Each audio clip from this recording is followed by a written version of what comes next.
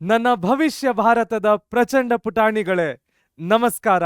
ನಾನು ನಿಮ್ಮ ಬಾಲಾಜಿ ಕೃಷ್ಣನ್, ಅರ್ಥಶಾಸ್ತ್ರ ಉಪನ್ಯಾಸಕ. ಬನ್ನಿ ಕಲಿಯೋಣ, ನಲಿಯೋಣ, ಬೆಳೆಯೋಣ, ನವ ಕರ್ನಾಟಕದ ನಿರ್ಮಾಣ ಮಾಡೋಣ. ಇವತ್ತು ನಾವು ಕಲಿತಾ ಇರ್ತಕ್ಕಂತಹ ಪಾಠ ಯಾವುದು ಅಂದ್ರೆ ನಮ್ಮ ದ್ವಿತೀಯ PUCಯ ಅಂದ್ರೆ ಸೆಕೆಂಡ್ PUCಯ 2ನೇ chapter theory of consumer behaviour. ಇದು ನಮ್ಮ ಕ್ವಾರ್ಟರ್ಲಿ ಎಕ್ಸಾಮ್ಗಾಗಿರ್ಬೋದು, ಮಿಡ್ ಟರ್ಮ್ ಎಕ್ಸಾಮ್ಗಾಗಿರ್ಬೋದು, ಫೈನಲ್ ಎಕ್ಸಾಮ್ಗಾಗಿರ್ಬೋದು, ಎಲ್ಲ ಎಕ್ಸಾಮಿನೇಷನ್ಗಳಿಗೂ ಬಹಳ ಮುಖ್ಯವಾದ ಚಾಪ್ಟರ್, ಬಹಳ ಇಂಟ್ರೆಸ್ಟಿಂಗ್ ಚಾಪ್ಟರ್ ಮತ್ತು ಅದ್ಭುತವಾದಂತಹ ಚಾಪ್ಟರ್.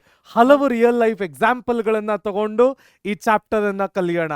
ಹಾಗಾದ್ರೆ ಈ ಚಾಪ್ಟರ್ ಅಲ್ಲಿ ಇರ್ತಕ್ಕಂತಹ ಡಿಸ್ಟ್ರಿಬ್ಯೂಷನ್ ಆಫ್ ಮಾರ್ಕ್ಸ್ ಏನು ನೋಡೋಣ ಬನ್ನಿ.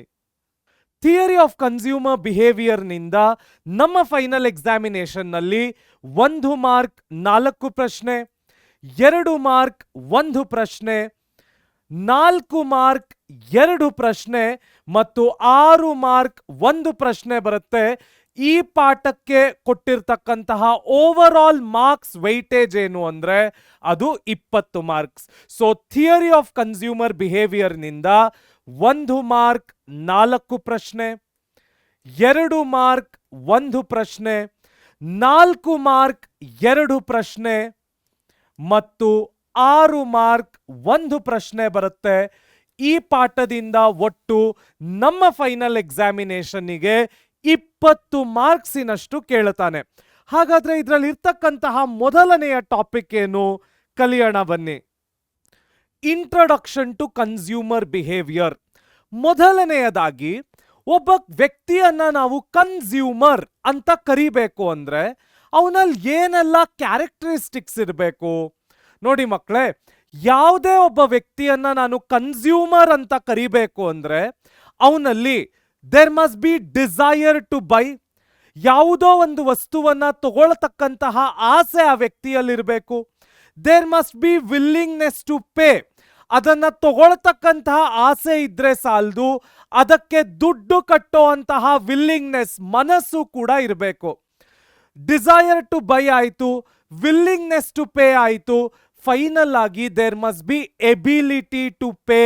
ನನಗೆ ತಗೊಳ್ಳಿಕ್ಕೆ ಆಸೆ ಇರ್ಬೋದು, ದುಡ್ಡು ಕಟ್ಟಲಿಕ್ಕೆ ಮನಸ್ಸು ಕೂಡ ಇರ್ಬೋದು, ಆದರೆ ಆ ದುಡ್ಡನ್ನು ಕಟ್ಟಲಿಕ್ಕೆ ಯೋಗ್ಯತೆ ಇಲ್ಲದೆ ಇದ್ರೆ ಅಂದರೆ ಎಬಿಲಿಟಿ ಟು ಪೇ ಇಲ್ಲದೆ ಇದ್ರೆ ನನಗೆ ಡಿಸೈರ್ ಇದ್ದು ವಿಲ್ಲಿಂಗ್ನೆಸ್ ಟು ಪೇ ಇದ್ದು ಯಾವುದೇ ಪ್ರಯೋಜನ ಇಲ್ಲ. ಸೊ ಯಾವುದೇ ಒಬ್ಬ ವ್ಯಕ್ತಿಯನ್ನ ನಾನು ಕನ್ಸ್ಯೂಮರ್ ಅಂತ ಕರಿಬೇಕು ಅಂದ್ರೆ there must be desire to buy, willingness to pay, ability to pay.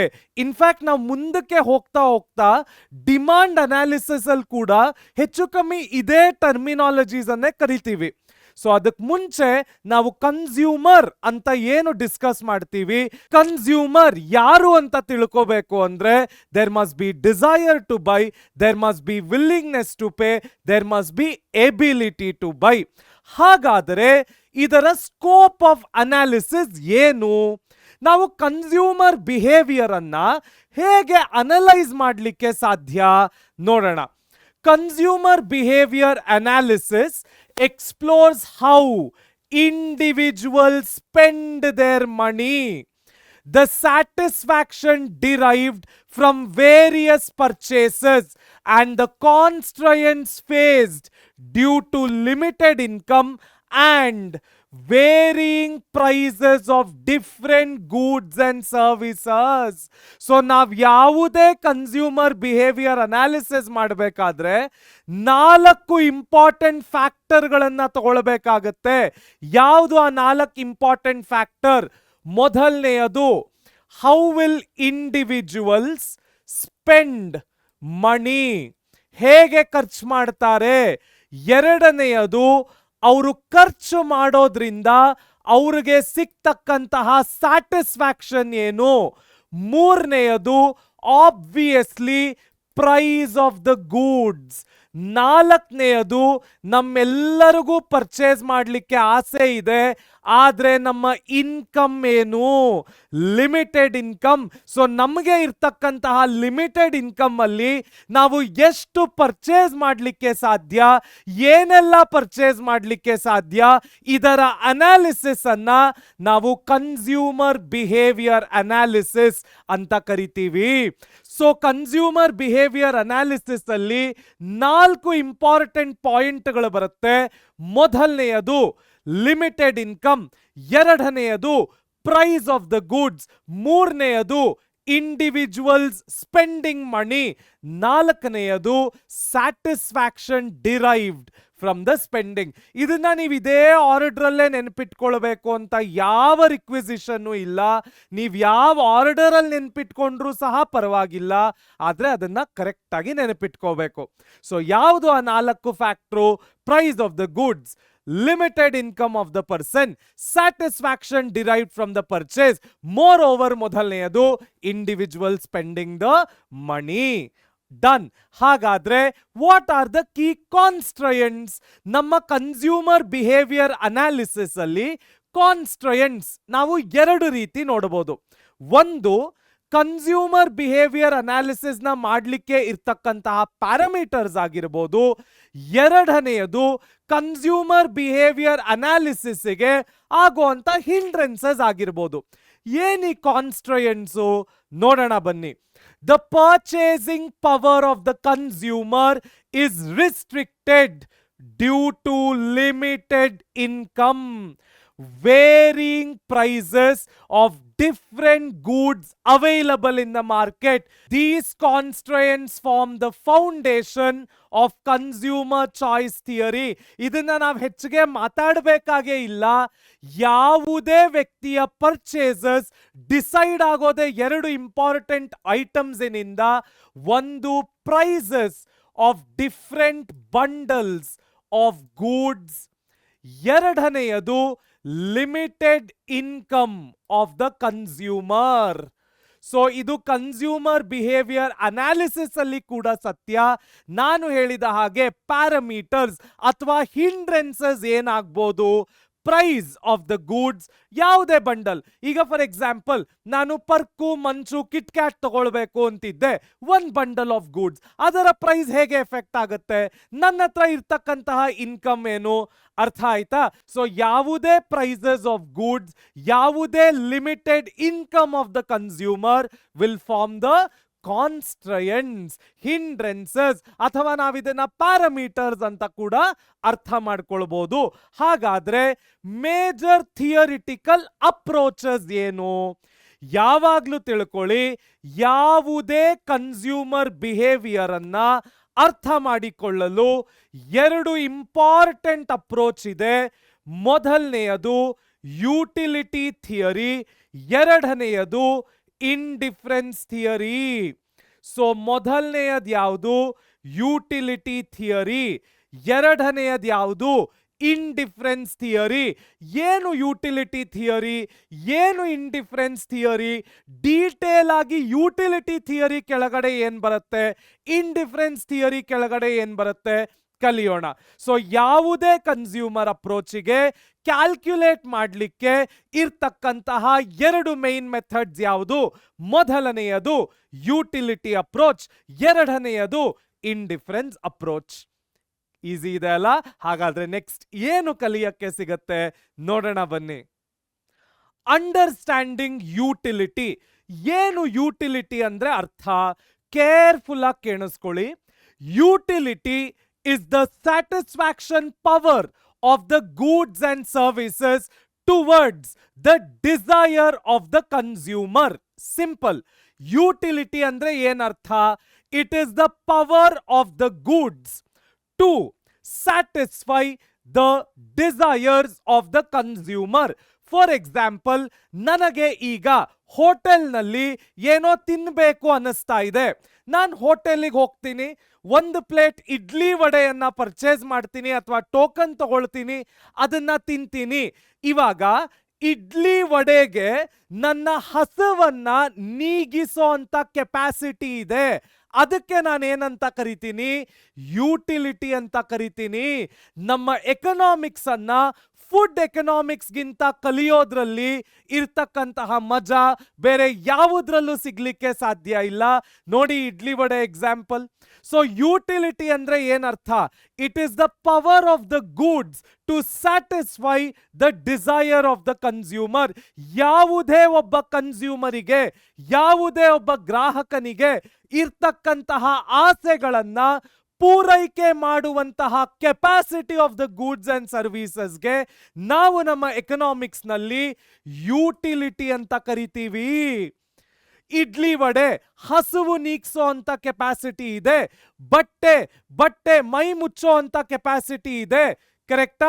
ಅದೇ ರೀತಿಯಲ್ಲಿ ನನಗೆ ಏನೋ ಆಟ ಆಡಬೇಕು ಅನ್ನಿಸ್ತಾ ಇದೆ, ಯಾವುದೋ ಒಂದಷ್ಟು ಟಾಯ್ಸ್ ಅನ್ನ ಮಾರ್ಕೆಟ್ ನಿಂದ ಪರ್ಚೇಸ್ ಮಾಡ್ತೀನಿ, ನನ್ನ ಒಳಗೆ ಆಟ ಆಡಬೇಕು ಅನ್ನೋ ಫೀಲಿಂಗ್ ಏನಿದೆ ಅದನ್ನ ಸ್ಯಾಟಿಸ್ಫೈ ಮಾಡಲಿಕ್ಕೆ ಆ ಟಾಯ್ಸ್ ನನಗೆ ಹೆಲ್ಪ್ ಮಾಡ್ತಾ ಇದೆ. ಸೊ ಇದೇ ರೀತಿಯಲ್ಲಿ ನಮಗೆ ಇರ್ತಕ್ಕಂತಹ ವೇರಿಯಸ್ ಡಿಸೈರ್ಸ್ ಅನ್ನ, ನಮಗೆ ಇರ್ತಕ್ಕಂತಹ ವೇರಿಯಸ್ ಆಸೆಗಳನ್ನ ಪೂರೈಸುವಂತಹ ಕೆಪಾಸಿಟಿ ಇರ್ತಕ್ಕಂತಹ ಗೂಡ್ಸ್ ಅಂಡ್ ಸರ್ವಿಸಸ್ಗೆ ನಾವು ಏನಂತ ಕರಿತೇವೆ? ಯುಟಿಲಿಟಿ ಅಂತ ಕರಿತೀವಿ. ಇಂಟ್ರೆಸ್ಟಿಂಗ್. ಹಾಗಾದ್ರೆ ನೆಕ್ಸ್ಟ್, ಇಟ್ ಇಸ್ ಸಬ್ಜೆಕ್ಟಿವ್. ಇದು ಸತ್ಯ ಕೂಡ. ನೋಡಿ, ನಾನು ಒಂದು ಪ್ಲೇಟ್ ಇಡ್ಲಿ ವಡೆಯನ್ನ ತಿಂದು ಸ್ಯಾಟಿಸ್ಫೈ ಆಗ್ಬೋದು, ನನ್ನ ಹಸುವನ್ನ ನೀಗಿಸ್ಕೊಳ್ಬೋದು. ನನ್ನ ಪಕ್ಕದಲ್ಲಿರ್ತಕ್ಕಂತಹ ವ್ಯಕ್ತಿ, ಅವನಿಗೆ ಹಸುವು ನೀಗ್ಲಿಕ್ಕೆ 2 ಪ್ಲೇಟ್ ಇಡ್ಲಿ ವಡೆ ಬೇಕು. ಈ ಕಡೆ ಕೂತಿರ್ತಕ್ಕಂತಹ ವ್ಯಕ್ತಿ, ಅವನಿಗೆ ಹಸುವು ನೀಗ್ಲಿಕ್ಕೆ 4 ಪ್ಲೇಟ್ ಇಡ್ಲಿ ವಡೆ ಬೇಕು. This is subjective. ಅಂದ್ರೆ ಏನರ್ಥ? ವ್ಯಕ್ತಿಯಿಂದ ವ್ಯಕ್ತಿಗೆ ಯುಟಿಲಿಟಿಯ ಡೆಫಿನಿಷನ್ ಏನಿದೆ ಅಥವಾ ಯುಟಿಲಿಯ ಸ್ಯಾಟಿಸ್ಫ್ಯಾಕ್ಷನ್ ಕೆಪಾಸಿಟಿ ಏನಿದೆ ಅದು ಚೇಂಜ್ ಆಗ್ತಾ ಹೋಗುತ್ತೆ. ನನಗೆ ಯಾವುದೋ ಒಂದು ವಸ್ತು ಕೊಡ್ತಕ್ಕಂತಹ ಸ್ಯಾಟಿಸ್ಫ್ಯಾಕ್ಷನ್ ಬೇರೆ ವ್ಯಕ್ತಿಗೆ ಸಿಗದೆ ಹೋಗ್ಬೋದು. ಆದ್ರಿಂದ ಯುಟಿಲಿಟಿ ಆಬ್ಜೆಕ್ಟಿವ್ ಆಗ್ಲಿಕ್ಕೆ ಸಾಧ್ಯನೇ ಇಲ್ಲ. ಯುಟಿಲಿಟಿ ಯಾವಾಗ್ಲೂ ಏನಾಗಿರುತ್ತೆ? ಸಬ್ಜೆಕ್ಟಿವ್ ಇನ್ ನೇಚರ್ ಆಗಿರುತ್ತೆ. ಇದನ್ನ ನಮ್ಮ MCQ ಅಲ್ಲಿ ಕೂಡ ಕೇಳ್ತಾನೆ. Utility is dash, subjective, objective, both, none of the above. The answer is very clear, subjective. ನನಗೆ ಸ್ಯಾಟಿಸ್ಫೈ ಮಾಡ್ತಕ್ಕಂತಹ ಗೂಡ್ಸ್ ಅಂಡ್ ಸರ್ವಿಸಸ್ ಬೇರೆ ವ್ಯಕ್ತಿಗೆ ಇಷ್ಟನೇ ಆಗದೆ ಹೋಗ್ಬೋದು, ಅಥವಾ ಅವನಿಗೆ ಇಷ್ಟ ಆಗುವಂತಹ ಗೂಡ್ಸ್ ಅಂಡ್ ಸರ್ವಿಸಸ್ ಅವನ ಮನಸ್ಸಿಗೆ ಆಸೆಗಳನ್ನ ಸ್ಯಾಟಿಸ್ಫೈ ಮಾಡ್ತಕ್ಕಂತಹ ಗೂಡ್ಸ್ ಅಂಡ್ ಸರ್ವಿಸಸ್ ನನಗಿರ್ತಕ್ಕಂತಹ ಆಸೆಗಳನ್ನ ಸ್ಯಾಟಿಸ್ಫೈ ಮಾಡದೆ ಹೋಗಬಹುದು. ಅದಕ್ಕೆ ನಾವೇನಂತ ಕರಿತೀವಿ? ಸಬ್ಜೆಕ್ಟಿವ್ ಅಂತ ಕರಿತೀವಿ. ಆಬ್ಜೆಕ್ಟಿವ್ ಅಂದ್ರೆ ಹಾಗಲ್ಲ, ಅವನಿಗೆ ಅದು ಸ್ಯಾಟಿಸ್ಫೈ ಆಗುತ್ತೆ ಅಂದ್ರೆ ನನಗೂ ಅದು ಸ್ಯಾಟಿಸ್ಫೈ ಆಗಬೇಕು, ಅವನಿಗೆ ಅದು ಇಷ್ಟ ಆಗ್ತಾ ಇದೆ ಅಂದ್ರೆ ನನಗೂ ಅದು ಇಷ್ಟ ಆಗಬೇಕು. ಅದನ್ನ ನಾವು ಆಬ್ಜೆಕ್ಟಿವ್ ಅಂತ ಕರಿತೀವಿ. ಆದ್ರೆ ಯುಟಿಲಿಟಿ ಆ ರೀತಿ ನಡೀಲಿಕ್ಕೆ ಸಾಧ್ಯ ಇಲ್ಲ. ಯುಟಿಲಿಟಿ ಯಾವಾಗ್ಲೂ ಏನಾಗಿರುತ್ತೆ? ಸಬ್ಜೆಕ್ಟಿವ್ ಇನ್ ನೇಚರ್ ಆಗಿರುತ್ತೆ. Next, contextual factors. ಏನು contextual factors? Utility changes with place and time. For example, a room heater provides higher utility in Ladakh but not in Chennai, and more utility in winter than in summer. ಇಲ್ಲಿ ನಾನು ತಗೊಂಡಿರ್ತಕ್ಕಂತಹ example of a air heater. Air ಹೀಟರ್ಗೆ ಲದಾಖ್ನಲ್ಲಿ ಇರ್ತಕ್ಕಂತಹ value ನಮ್ಮ ಬೆಂಗಳೂರಿನಲ್ಲಿ ಅಥವಾ ಚೆನ್ನೈನಲ್ಲಿ ಸಿಗ್ಲಿಕ್ಕೆ ಸಾಧ್ಯ ಇಲ್ಲ. ಯಾಕೆಂದ್ರೆ Bengaluru Chennai weather moderate weather. ಇಲ್ಲಿ ಬಿಸಿಲೇ ಇರೋ ಕಾರಣ ನಮಗೆ ಏರ್ ಹೀಟರ್ಗಳು ವಿಂಟರ್ ಅಲ್ಲಿ ಯೂಟಿಲೈಸ್ ಆಗ್ಬೋದೇ ಹೊರತು ಸಮ್ಮರ್ನಲ್ಲಿ ಅಷ್ಟು ಬಳಕೆ ಬರಲಿಕ್ಕೆ ಸಾಧ್ಯ ಇಲ್ಲ. ಅದೇ ಏರ್ ಹೀಟರ್ಗಳು ನಮ್ಮ ಲದಾಖ್ನಲ್ಲಿ ಆಗಿರ್ಬೋದು ಅಥವಾ ಬೇರೆ ಚಳಿಯ ಪ್ರದೇಶಗಳಲ್ಲಿ 365 ದಿನಗಳು ಯುಟಿಲಿಟಿಗೆ ಬರುತ್ತೆ. ಇದನ್ನ ನಾವೇನಂತ ಕರಿತೀವಿ? ಕಾಂಟೆಕ್ಚುವಲ್ ಫ್ಯಾಕ್ಟರ್ಸ್. ಕೆಲವೊಮ್ಮೆ ಯುಟಿಲಿಟಿ ಏನಾಗುತ್ತೆ? ಟೈಮ್ ಇಂದ ಟೈಮ್ಗೆ ವೇರಿ ಆಗುತ್ತೆ, ಜಾಗದಿಂದ ಜಾಗಕ್ಕೆ ವೇರಿ ಆಗುತ್ತೆ. ನಾವು ನಮ್ಮ ಇಡ್ಲಿ ವಡೆಯನ್ನೇ ಎಕ್ಸಾಂಪಲ್ ಆಗಿ ತಗೊಳ್ಳೋಣ. ಯಾವುದೋ ಒಬ್ಬ ಡೆಲ್ಲಿಯಿಂದ ಬೆಂಗಳೂರಿಗೆ ಬಂದಿರತಕ್ಕಂತಹ ವ್ಯಕ್ತಿಗೆ ಚಪಾತಿ ಕೊಡ್ತಕ್ಕಂತಹ ಯುಟಿಲಿಟಿ ಇಡ್ಲಿ ವಡೆ ಕೊಡದೆ ಹೋಗ್ಬೋದು. ನಮ್ಮ ಕರ್ನಾಟಕದಿಂದ ಡೆಲ್ಲಿಗೆ ಹೋಗಿರ್ತಕ್ಕಂತಹ ವ್ಯಕ್ತಿಗೆ ಇಡ್ಲಿ ವಡೆ ಕೊಡ್ತಕ್ಕಂತಹ ಯುಟಿಲಿಟಿ ಚಪಾತಿ ಕೊಡದೆ ಇರಬಹುದು. ನಮ್ಮ ಕನ್ನಡಿಗರ ಫೇವ್ರೆಟ್ ರಾಗಿ ಮುದ್ದೆ ಕೊಡ್ತಕ್ಕಂತಹ ಯುಟಿಲಿಟಿ ಬೇರೆ ಯಾರಿಗೋ ಅದು ಇಷ್ಟ ಆಗದೆ ಹೋಗಬಹುದು. ಇದನ್ನೆಲ್ಲ ನಾವೇನಂತ ಕರಿತೀವಿ? ಕಾಂಟೆಕ್ಚುವಲ್ ಫ್ಯಾಕ್ಟರ್ಸ್ ಅಂತ ಕರಿತೀವಿ. ಯುಟಿಲಿಟಿ ಸಮಯದಿಂದ ಸಮಯಕ್ಕೆ, ಜಾಗದಿಂದ ಜಾಗಕ್ಕೆ ಚೇಂಜ್ ಆಗ್ತಾ ಹೋಗುತ್ತೆ. ಹಾಗಾದ್ರೆ ನೆಕ್ಸ್ಟ್ ಏನು ಟಾಪಿಕ್ ಕಲಿಯ ಸಿಗತ್ತೆ ನೋಡೋಣ ಬನ್ನಿ. ಕಾನ್ಸೆಪ್ಟ್ಸ್ ಅಥವಾ types of utility. 3 types of utility ಇದೆ. ಯಾವುದು 3 types of utility? Initial utility, total utility, marginal utility. So ನಮ್ಮ ಯುಟಿಲಿಟಿಯಲ್ಲಿ ಇರ್ತಕ್ಕಂತಹ 3 ಟೈಪ್ಸ್ ಯಾವುದು? Initial utility, total utility, marginal utility. Initial utility ಅಂದ್ರೆ ಏನರ್ಥ? ಕೇರ್ಫುಲ್ ಆಗಿ ಕೇಳಿಸ್ಕೊಳ್ಳಿ. ನಾನು ಬೆಳಗ್ಗೆ ಎದ್ದು 5:30 ಗಂಟೆಗೆಲ್ಲ ಒಂದು ಅದ್ಭುತವಾದ ವಾಕಿಗೆ ಹೋಗ್ತೀನಿ. ಫಿಟ್ನೆಸ್ ನ ಮೇಂಟೈನ್ ಮಾಡಬೇಕು ಅನ್ನೋ ಖುಷಿಯಲ್ಲಿ, ಭರದಲ್ಲಿ ಒಂದು 10 ಕಿಲೋಮೀಟರ್ ವಾಕಿಂಗ್ ಮಾಡಿಕೊಂಡು ವಾಪಸ್ ಮನೆಗೆ ಬರ್ತಾ ಇದ್ದೀನಿ.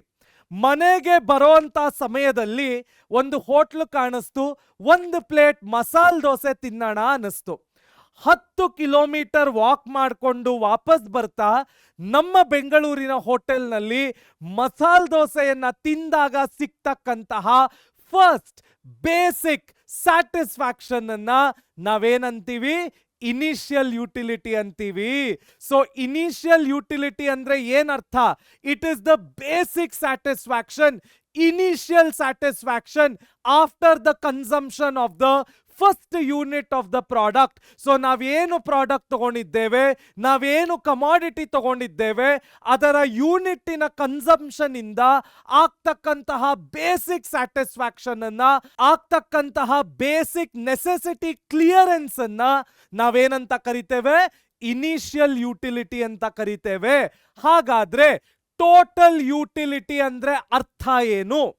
ಈಗ ನಾನು 1 ಮಸಾಲೆ ದೋಸೆಯನ್ನ ತಗೊಂಡೆ, ನನಗೆ ಯಾಕೋ ಅದು ಸಾಲಿಲ್ಲ ಅನ್ನಿಸ್ತು.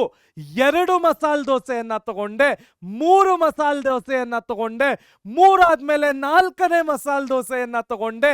4 ಮಸಾಲೆ ದೋಸೆಗಳು ಕಂಪ್ಲೀಟ್ ಆದ್ಮೇಲೆ ಈಗ ಹೊಟ್ಟೆ ತುಂಬಿತು ಅನ್ನಿಸ್ತು. 10 ಕಿಲೋಮೀಟರ್ ನಲ್ಲಿ ಬರ್ನ್ ಮಾಡಿದ ಕ್ಯಾಲರಿಗಳೆಲ್ಲ ವಾಪಸ್ ದೇಹಕ್ಕೆ ಬಂದು ಸೇರಾಯಿತು. ಅದರಿಂದ ಆಗುವಂತಹ ಟೋಟಲ್ ಸ್ಯಾಟಿಸ್ಫ್ಯಾಕ್ಷನ್ ಅನ್ನ ನಾವೇನಂತ ಕರಿತೀವಿ? ಟೋಟಲ್ ಯುಟಿಲಿಟಿ ಅಂತ ಕರಿತೀವಿ. ಇದಕ್ಕೆ ಒಂದು ಎಕ್ಸಾಂಪಲ್ ಅಥವಾ ಫಾರ್ಮ್ಯುಲಾ ತರ ಕೊಡೋದಾದ್ರೆ TU1 plus TU2 TU3 TU4 TU5 ಇದು ಅಪ್ ಟು N ಕಂಟಿನ್ಯೂ ಆಗ್ತಾ ಇರುತ್ತೆ. ಇದಕ್ಕೆ ನಾವೇನಂತ ಕರಿತೀವಿ? Total utility.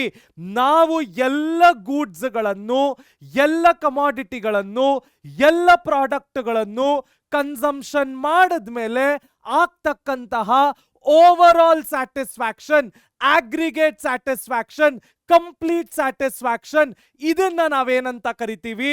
ಟೋಟಲ್ ಯುಟಿಲಿಟಿ ಅಂತ ಕರಿತೀವಿ. Next marginal utility. ಇದನ್ನ ನಾನು ಹಲವಾರು ಬಾರಿ ನಮ್ಮ ಎಕನಾಮಿಕ್ಸ್ ಕ್ಲಾಸ್ ಅಲ್ಲಿ ಹೇಳಿದ್ದೀನಿ. ಮಾರ್ಜಿನಲ್ ಅಂದ್ರೆ ಅದು ಎರಡೇ ಆಗಿರ್ಲಿಕ್ಕೆ ಸಾಧ್ಯ, ಒಂದು ಎಕ್ಸ್ಟ್ರಾ ಮತ್ತೊಂದು ಅಡಿಷನಲ್. ಏನು ಮಾರ್ಜಿನಲ್ ಯುಟಿಲಿಟಿ ಅಂದ್ರೆ?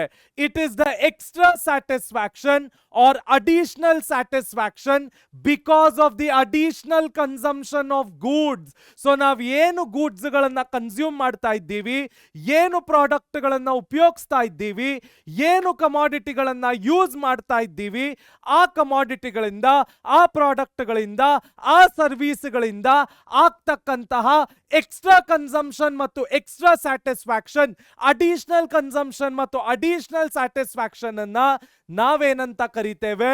ಮಾರ್ಜಿನಲ್ ಯುಟಿಲಿಟಿ ಅಂತ ಕರಿತೀವಿ.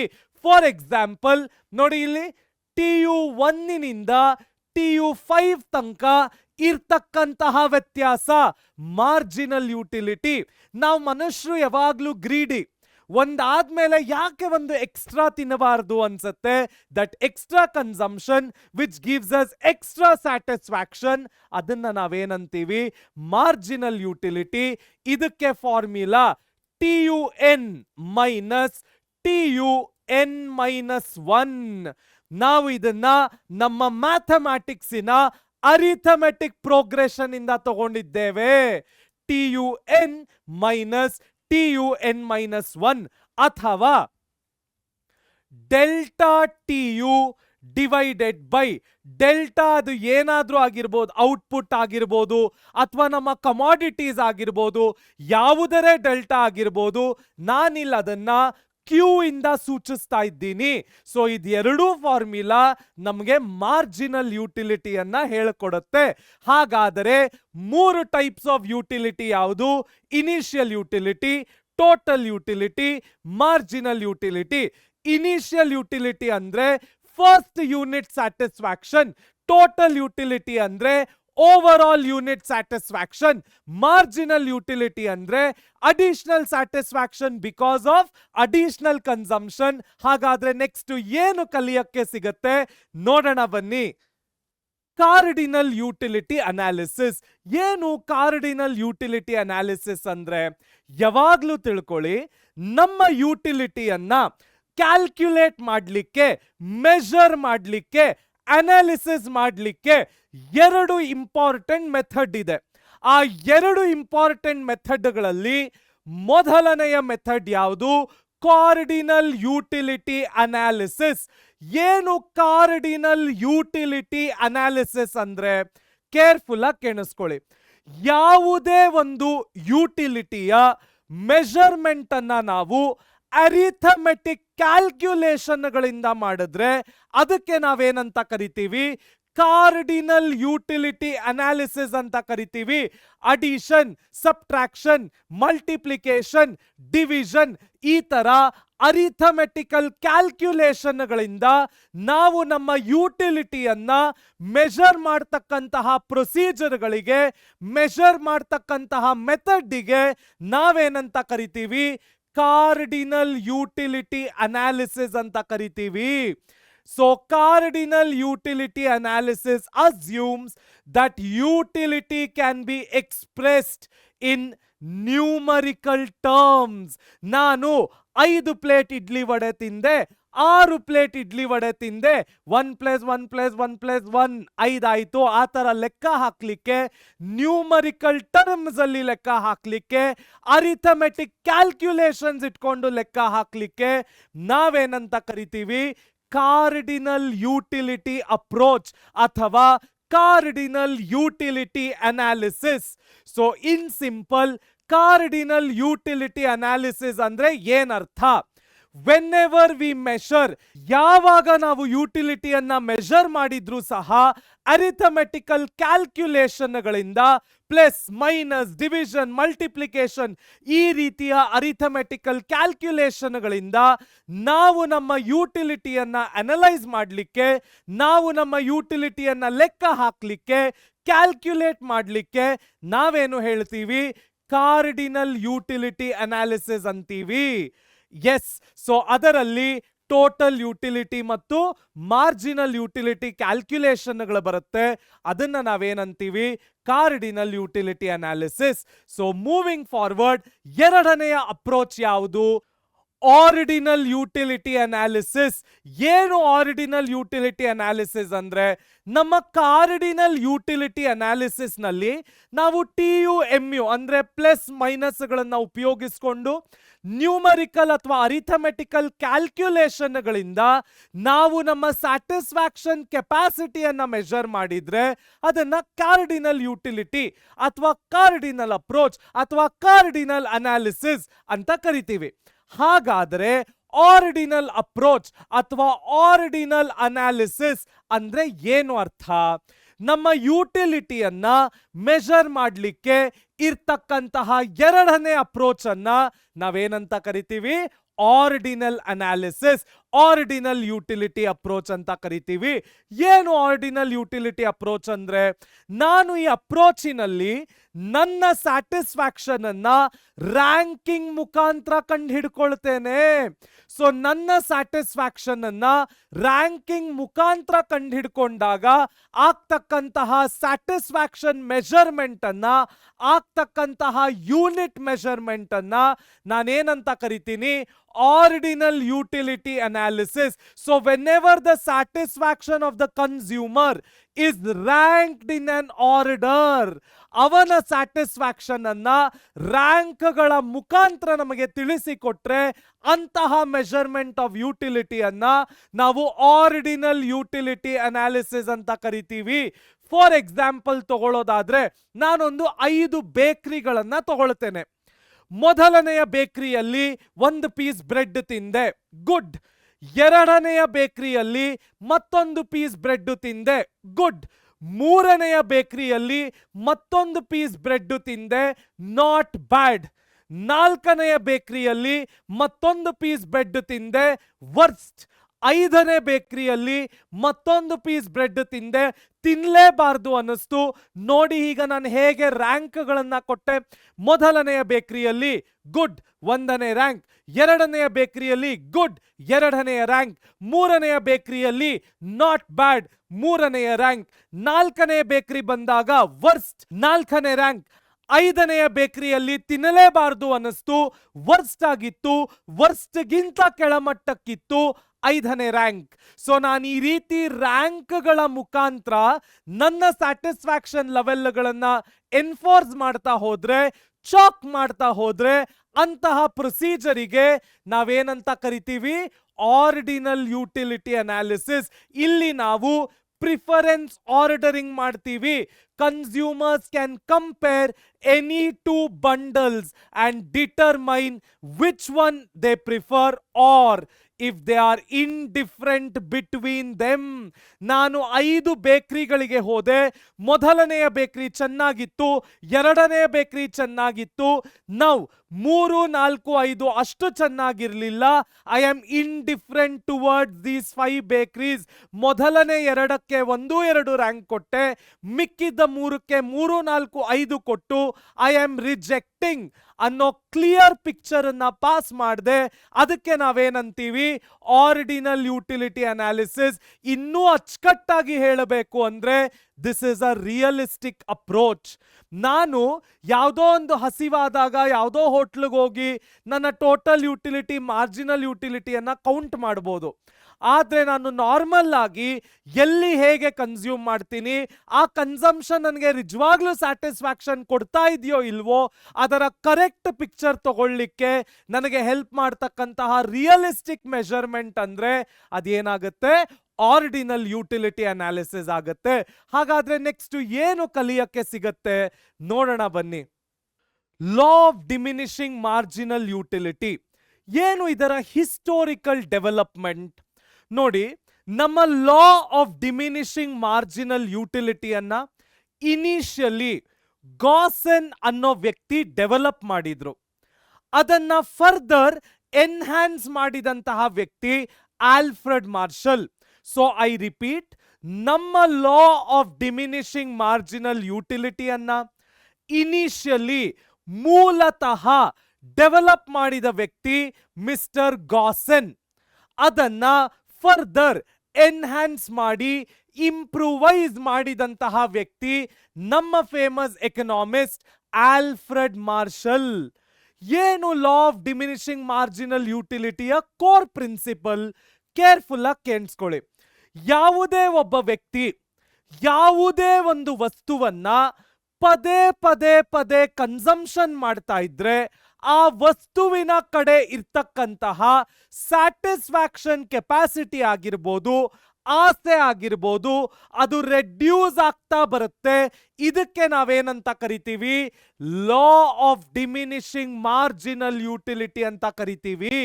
So if a person keeps on consuming the same product again and again and again and again, his marginal utility towards that product starts reducing, decreasing, diminishing, it starts coming down. ಅದಕ್ಕೆ ನಾವೇನಂತೀವಿ, law of diminishing marginal utility. ನಿಮ್ಮ ತಾಯಿ ನಿಮ್ಮ ತಟ್ಟೆಗೆ ಒಂದು ಇಡ್ಲಿ ಹಾಕ್ತಾರೆ, ಖುಷಿಯಾಗಿ ತಿಂದ್ರಿ, ಮಜಾ ಅನ್ನಿಸ್ತು, ಇಷ್ಟ ಆಯ್ತು.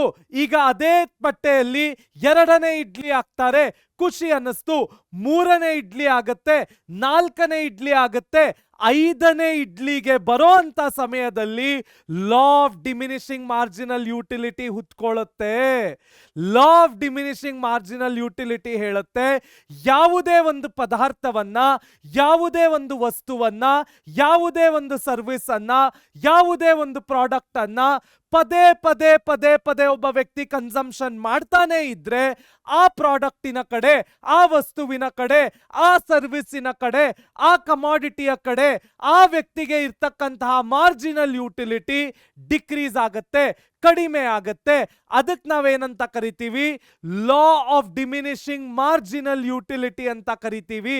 ಹಾಗಾದ್ರೆ ಲಾ ಆಫ್ ಡಿಮಿನಿಷಿಂಗ್ ಮಾರ್ಜಿನಲ್ ಯುಟಿಲಿಟಿಯಲ್ಲಿ ಇನ್ನೇನೆಲ್ಲ ಕಲಿಯ ಸಿಗತ್ತೆ ನೋಡೋಣ ಬನ್ನಿ. ಲಾ ಆಫ್ ಡಿಮಿನಿಷಿಂಗ್ ಮಾರ್ಜಿನಲ್ ಯುಟಿಲಿಟಿಲಿ ಆಗ್ತಕ್ಕಂತಹ ಕನ್ಸಂಪ್ಷನ್ಗಳು ಯಾವುವು? ಮೊದಲನೆಯದು ಇನಿಷಿಯಲ್ ಕನ್ಸಂಪ್ಷನ್. ನಾನು ನಿಮಗೆ ಎಕ್ಸಾಂಪಲ್ ಕೊಟ್ಟ ಹಾಗೆ ನಿಮ್ಮ ತಾಯಿ ತಟ್ಟೆಯಲ್ಲಿ ಹಾಕಿದಂತಹ ಮೊದಲನೆಯ idli initial consumption.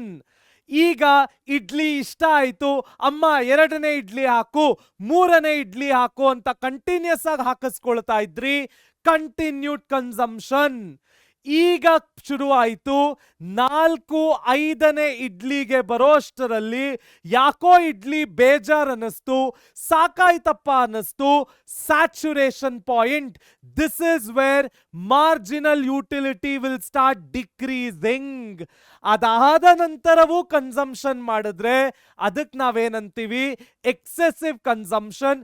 Saturation point ಅನ್ನು ಮೀರಿ ಕನ್ಸ್ಯೂಮ್ ಮಾಡಿದಾಗ ಅದು ವಾಕರಿಕೆ ಆಗಿ ಆಚೆ ಬರುತ್ತೆ.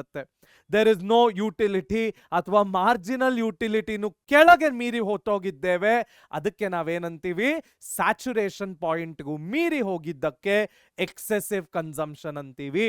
ಸೊ ಯಾವುದೇ ಒಂದು ಪದಾರ್ಥವನ್ನ, ಯಾವುದೇ ಒಂದು ವಸ್ತುವನ್ನ ಪದೇ ಪದೇ ಪದೇ ಪದೇ ಕನ್ಸ್ಯೂಮ್ ಮಾಡ್ತಾ ಇದ್ರೆ ಆ ವಸ್ತುವಿನ ಕಡೆ, ಆ ಪದಾರ್ಥಗಳ ಕಡೆ ನಮ್ಗಿರ್ತಕ್ಕಂತಹ ಸ್ಯಾಟಿಸ್ಫ್ಯಾಕ್ಷನ್ ಕೆಪಾಸಿಟಿ ರೆಡ್ಯೂಸ್ ಆಗ್ತಾ ಹೋಗುತ್ತೆ, ಕಡಿಮೆ ಆಗ್ತಾ ಹೋಗುತ್ತೆ. ಮಾರ್ಜಿನಲ್ ಯುಟಿಲಿಟಿ ಸ್ಯಾಚುರೇಷನ್ ಆಗುತ್ತೆ, ಡಿಕ್ರೀಸ್ ಆಗುತ್ತೆ, ಡಿಮಿನಿಷಿಂಗ್ ಆಗುತ್ತೆ, ಕಡಿಮೆ ಆಗಿ ಹೋಗುತ್ತೆ. ಅದಕ್ಕೆ ನಾವು law of diminishing marginal utility ಅಂತ ಕರಿತೀವಿ. Very very important question for 6 marks in the final exam. Law of diminishing marginal ಯುಟಿಲಿಟಿಗೆ ಇರ್ತಕ್ಕಂತಹ ಅಸಂಪ್ಷನ್ಸ್ ಏನು ನೋಡಿ. ನಮ್ಮ ಯಾವುದೇ ಎಕನಾಮಿಕ್ಸ್ ಮಾಡೆಲ್ ಆಗಿರ್ಬೋದು, ಎಲ್ಲ ಎಕನಾಮಿಕ್ಸ್ ಮಾಡೆಲ್ಗಳನ್ನು ಡೆವಲಪ್ ಮಾಡಲಿಕ್ಕೆ ಮುಂಚೆ ಆ ಎಕನಾಮಿಸ್ಟು ಕೆಲವು ಪ್ಯಾರಾಮೀಟರ್ಗಳನ್ನ ತಲೆಯಲ್ಲಿಟ್ಕೊಂಡು ಆ ಮಾಡೆಲ್ ಅನ್ನ ಡೆವಲಪ್ ಮಾಡಿರ್ತಾನೆ. ಅದೇ ರೀತಿಯಲ್ಲಿ ನಮ್ಮ ಡಿಮಿನಿಷಿಂಗ್ ಮಾರ್ಜಿನಲ್ ಯುಟಿಲಿಟಿಗೆ ಇರ್ತಕ್ಕಂತಹ ಅಸಂಪ್ಷನ್ಸ್ ಏನು? ಮೊದಲನೆಯ ಅಸಂಪ್ಷನ್ ರ್ಯಾಷನಲ್ ಕನ್ಸ್ಯೂಮರ್. ಅಂದ್ರೆ the law assumes consumers make logical decisions to maximize their utility within their constraints.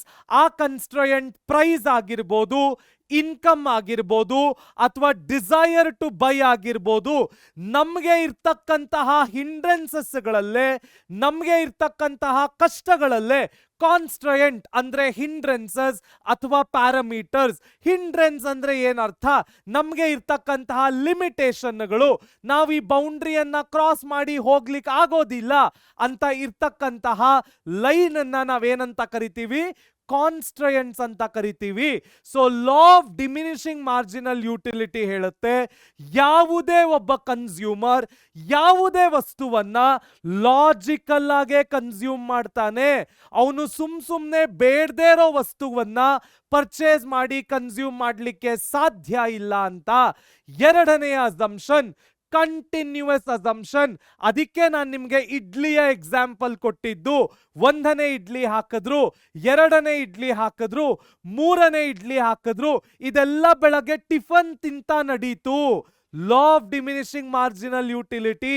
ಇದೇ law of diminishing marginal utility ನೀವು ಬ್ರೇಕ್ ಮಾಡಿ ಕನ್ಸಂಪ್ಷನ್ ಮಾಡಿದ್ರೆ, ಅಂದ್ರೆ ಮೊದಲನೇ ದಿನ ಒಂದ್ ಇಡ್ಲಿ ತಿನ್ನೋದು, ಮತ್ತೆ ಎರಡನೇ ದಿನ ಎದ್ದಾಗ ಒಂದ್ ಇಡ್ಲಿ ತಿನ್ನೋದು, ಮೂರನೇ ದಿನ ಬ್ರೇಕ್ಫಾಸ್ಟ್ ಒಂದ್ ಇಡ್ಲಿ ತಿನ್ನೋದು, ಆ ಟೈಮಲ್ಲಿ ಮಾರ್ಜಿನಲ್ ಯುಟಿಲಿಟಿ ಡಿಮಿನಿಷ್ ಆಗುವಂತ ಲಕ್ಷಣಗಳು ಅಷ್ಟು ಕಾಣಿಸೋದಿಲ್ಲ. ಸೊ ಎರಡನೆಯ ಅಸಂಪ್ಷನ್ ಏನು? Continuous consumption. ಮೂರನೆಯ ಅಸಂಪ್ಷನ್ ಸ್ಟೇಬಲ್ ಪ್ರೈಸಸ್. ಬೆಲೆಗಳು ಚೇಂಜ್ ಆಗೋದಿಲ್ಲ, ಅದೇ ಬೆಲೆಗಳಲ್ಲೇ ಕನ್ಸ್ಯೂಮರ್ ಪರ್ಚೇಸ್ ಮಾಡ್ತಾ ಇದ್ದಾನೆ ಅಂತ ಮೂರನೇ ಅಸಂಪ್ಷನ್ ಹೇಳುತ್ತೆ. ನಾಲ್ಕನೆಯದು, ನಾನು ಮತ್ತೊಮ್ಮೆ ನಿಮಗೆ ಹೇಳಿದ ಹಾಗೆ ಇಡ್ಲಿಯ ಎಕ್ಸಾಂಪಲ್ ಅನ್ನೇ ಕೊಟ್ಟೆ. ನಾನು ಒಂದು ಇಡ್ಲಿ, ಒಂದು ದೋಸೆ, ಒಂದು ಉಪ್ಪಿಟ್ಟು, ಒಂದು ಊತಪ್ಪ, ಒಂದು ಪೊಂಗಲ್ ಅಂತ ಎಕ್ಸಾಂಪಲ್ ಕೊಡ್ಲಿಲ್ಲ. ಇಡ್ಲಿ ಆದ್ಮೇಲೆ ಇಡ್ಲಿ ಆದ್ಮೇಲೆ ಇಡ್ಲಿ ಅಂತಾನೆ ಎಕ್ಸಾಂಪಲ್ ಕೊಟ್ಟೆ. ಅದರ ಕಾರಣ ಏನು ಅಂದ್ರೆ, law of diminishing marginal utility work ಆಗೋದೆ ಹೋಮೋಜೀನಿಯಸ್ ಪ್ರಾಡಕ್ಟ್ಸ್ ಮೇಲೆ. ಯಾವುದೇ law of diminishing marginal utility heterogeneous ಅಂದ್ರೆ ಬೇರೆ ಬೇರೆ ಪ್ರಾಡಕ್ಟ್ಗಳನ್ನ ಕನ್ಸ್ಯೂಮ್ ಮಾಡಿದಾಗ ಬರ್ಲಿಕ್ಕೆ ಸಾಧ್ಯ ಇಲ್ಲ. ಸೇಮ್ ಪ್ರಾಡಕ್ಟ್ಗಳನ್ನೇ ಕನ್ಸ್ಯೂಮ್ ಮಾಡಿದಾಗ ಆ ಹೋಮೋಜೀನಿಯಸ್ ಪ್ರಾಡಕ್ಟ್ಗಳಿಂದ law of diminishing marginal utility ಬರುತ್ತೆ. ಹಾಗಾದ್ರೆ ನೆಕ್ಸ್ಟ್ ಟಾಪಿಕ್ ಏನು ನೋಡೋಣ ಬನ್ನಿ. ಹಾಗಾದ್ರೆ ನಮ್ಮ ಲಾ ಆಫ್ ಡಿಮಿನಿಷಿಂಗ್ ಮಾರ್ಜಿನಲ್ ಯುಟಿಲಿಟಿಗೆ ಗ್ರಾಫಿಕಲ್ ರೆಪ್ರೆಸೆಂಟೇಷನ್ ಅನ್ನ ಕೊಡೋದು ಹೇಗೆ? ಕೇರ್ಫುಲ್ ಆಗಿ ಅಬ್ಸರ್ವ್ ಮಾಡಿ. ನಾವು ನಮ್ಮ ಲಾ ಆಫ್ ಡಿಮಿನಿಷಿಂಗ್ ಮಾರ್ಜಿನಲ್ ಯುಟಿಲಿಟಿಗೆ ಮೊದಲು some combination of number of plates ತಗೊಳ್ಬೇಕು. ನಾನಿಲ್ಲಿ ಫುಡ್ ಎಕನಾಮಿಕ್ಸ್ ಇಂದ ಪಾಠ ಮಾಡ್ತಾ ಇರೋ ಕಾರಣ ನಾನು number of plates of idli and vada ತಗೊಳ್ತೇನೆ.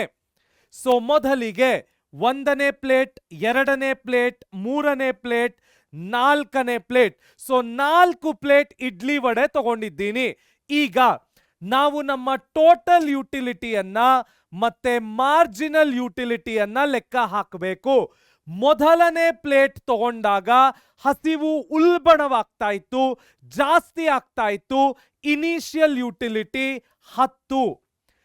ಎರಡನೇ ಪ್ಲೇಟ್ಗೆ ಬರ್ತಾ ಇದ್ದ ಹಾಗೆ ಸ್ವಲ್ಪ ಯುಟಿಲಿಟಿ ಕೆಪಾಸಿಟಿ ಜಾಸ್ತಿ ಆಯಿತು, 20.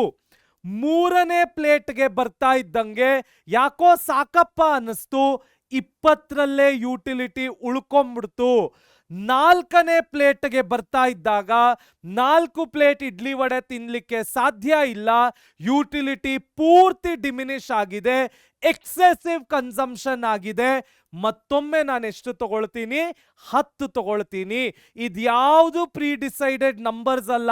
ನೀವು ಯಾವುದೇ ನಂಬರ್ಗಳನ್ನ ತಗೊಂಡು ಈ ಗ್ರಾಫ್ ಅನ್ನ ಡ್ರಾ ಮಾಡಿದ್ರೂ ಕೂಡ ನಮ್ಮ ಥಿಯರಿ ಪ್ರೂವ್ ಆಗುತ್ತೆ. ಹಾಗಾದ್ರೆ ಇದಕ್ಕೆ ಇರ್ತಕ್ಕಂತಹ ಮಾರ್ಜಿನಲ್ ಯುಟಿಲಿಟಿ ಏನು? 10 minus 0 10, 20 minus 10 10, 20 minus 20 0 0, 10 minus 20 minus 10. Interesting. ಈಗ ಇದನ್ನ ಹೇಗೆ ಗ್ರಾಫ್ ಅಲ್ಲಿ ಪ್ಲಾಟ್ ಮಾಡೋದು? ಮೊದಲನೆಯದು as usual this is our Y axis. ಎರಡನೆಯದು as usual this is our X axis. ನಾನು ನಮ್ಮ ಟಿಯು ಮತ್ತು ಎಂಯು ವನ್ನ ವೈ ಆಕ್ಸಿಸ್ ನಲ್ಲಿ ತಗೊಳ್ತೀನಿ. ನಾನು ನನ್ನ number of plates of idli ವಡೆಯನ್ನ ಎಕ್ಸ್ ಆಕ್ಸಿಸ್ ಮೇಲೆ ತಗೊಳ್ತೀನಿ. ಸೊ 0, 1, 2, 3, 4. ಇಲ್ಲಿ ನನಗೆ ಕಾಣಿಸ್ತಾ ಇರ್ತಕ್ಕಂತಹ ಹೈಯೆಸ್ಟ್ ನಂಬರ್ 20 ಆದ್ರೆ ಲೋಯೆಸ್ಟ್ ನಂಬರ್ 10 ಆಯಿತು. ಸೊ -5 -10. ಈ ಕಡೆ 5, 10, 15, 20. ಒಂದು ಎಕ್ಸ್ಟ್ರಾ ಇಟ್ಕೊಳ್ಳೋಣ, 25. ಮೊದಲನೆಯದು 10, 10. ಎರಡನೆಯದು 20, 20. ಮೂರನೆಯದು ಸಹ 20, ನಾಲ್ಕನೆಯದಕ್ಕೆ ಮತ್ತೊಮ್ಮೆ 10ಕ್ಕೆ ಬಂದಿದೆ. ನಾವು ಈಗ ಈ ಲೈನ್ಗಳನ್ನೆಲ್ಲ ಜಾಯಿನ್ ಮಾಡಿದ್ರೆ ಅದೇನಾಗುತ್ತೆ, ಟೋಟಲ್ ಯುಟಿಲಿಟಿ ಕರ್ವ್ ಆಗುತ್ತೆ. ಅದೇ ತರ ಮಾರ್ಜಿನಲ್ ಯುಟಿಲಿಟಿ 1ನೇ ಪ್ಲೇಟ್ಗೆ 10 ಇದೆ, 2ನೇ ಪ್ಲೇಟಿಗೂ 10 ಇದೆ, 3ನೇ ಪ್ಲೇಟಿಗೆ 0 ಇದೆ, 4ನೇ ಪ್ಲೇಟಿಗೆ -10 ಇದೆ. ಇದನ್ನ ನಾವೇನಂತ ಕರಿತೀವಿ, ಮಾರ್ಜಿನಲ್, ನೆಗೆಟಿವ್ ಮಾರ್ಜಿನಲ್ ಯುಟಿಲಿಟಿ ಅಂತ ಕರಿತೀವಿ.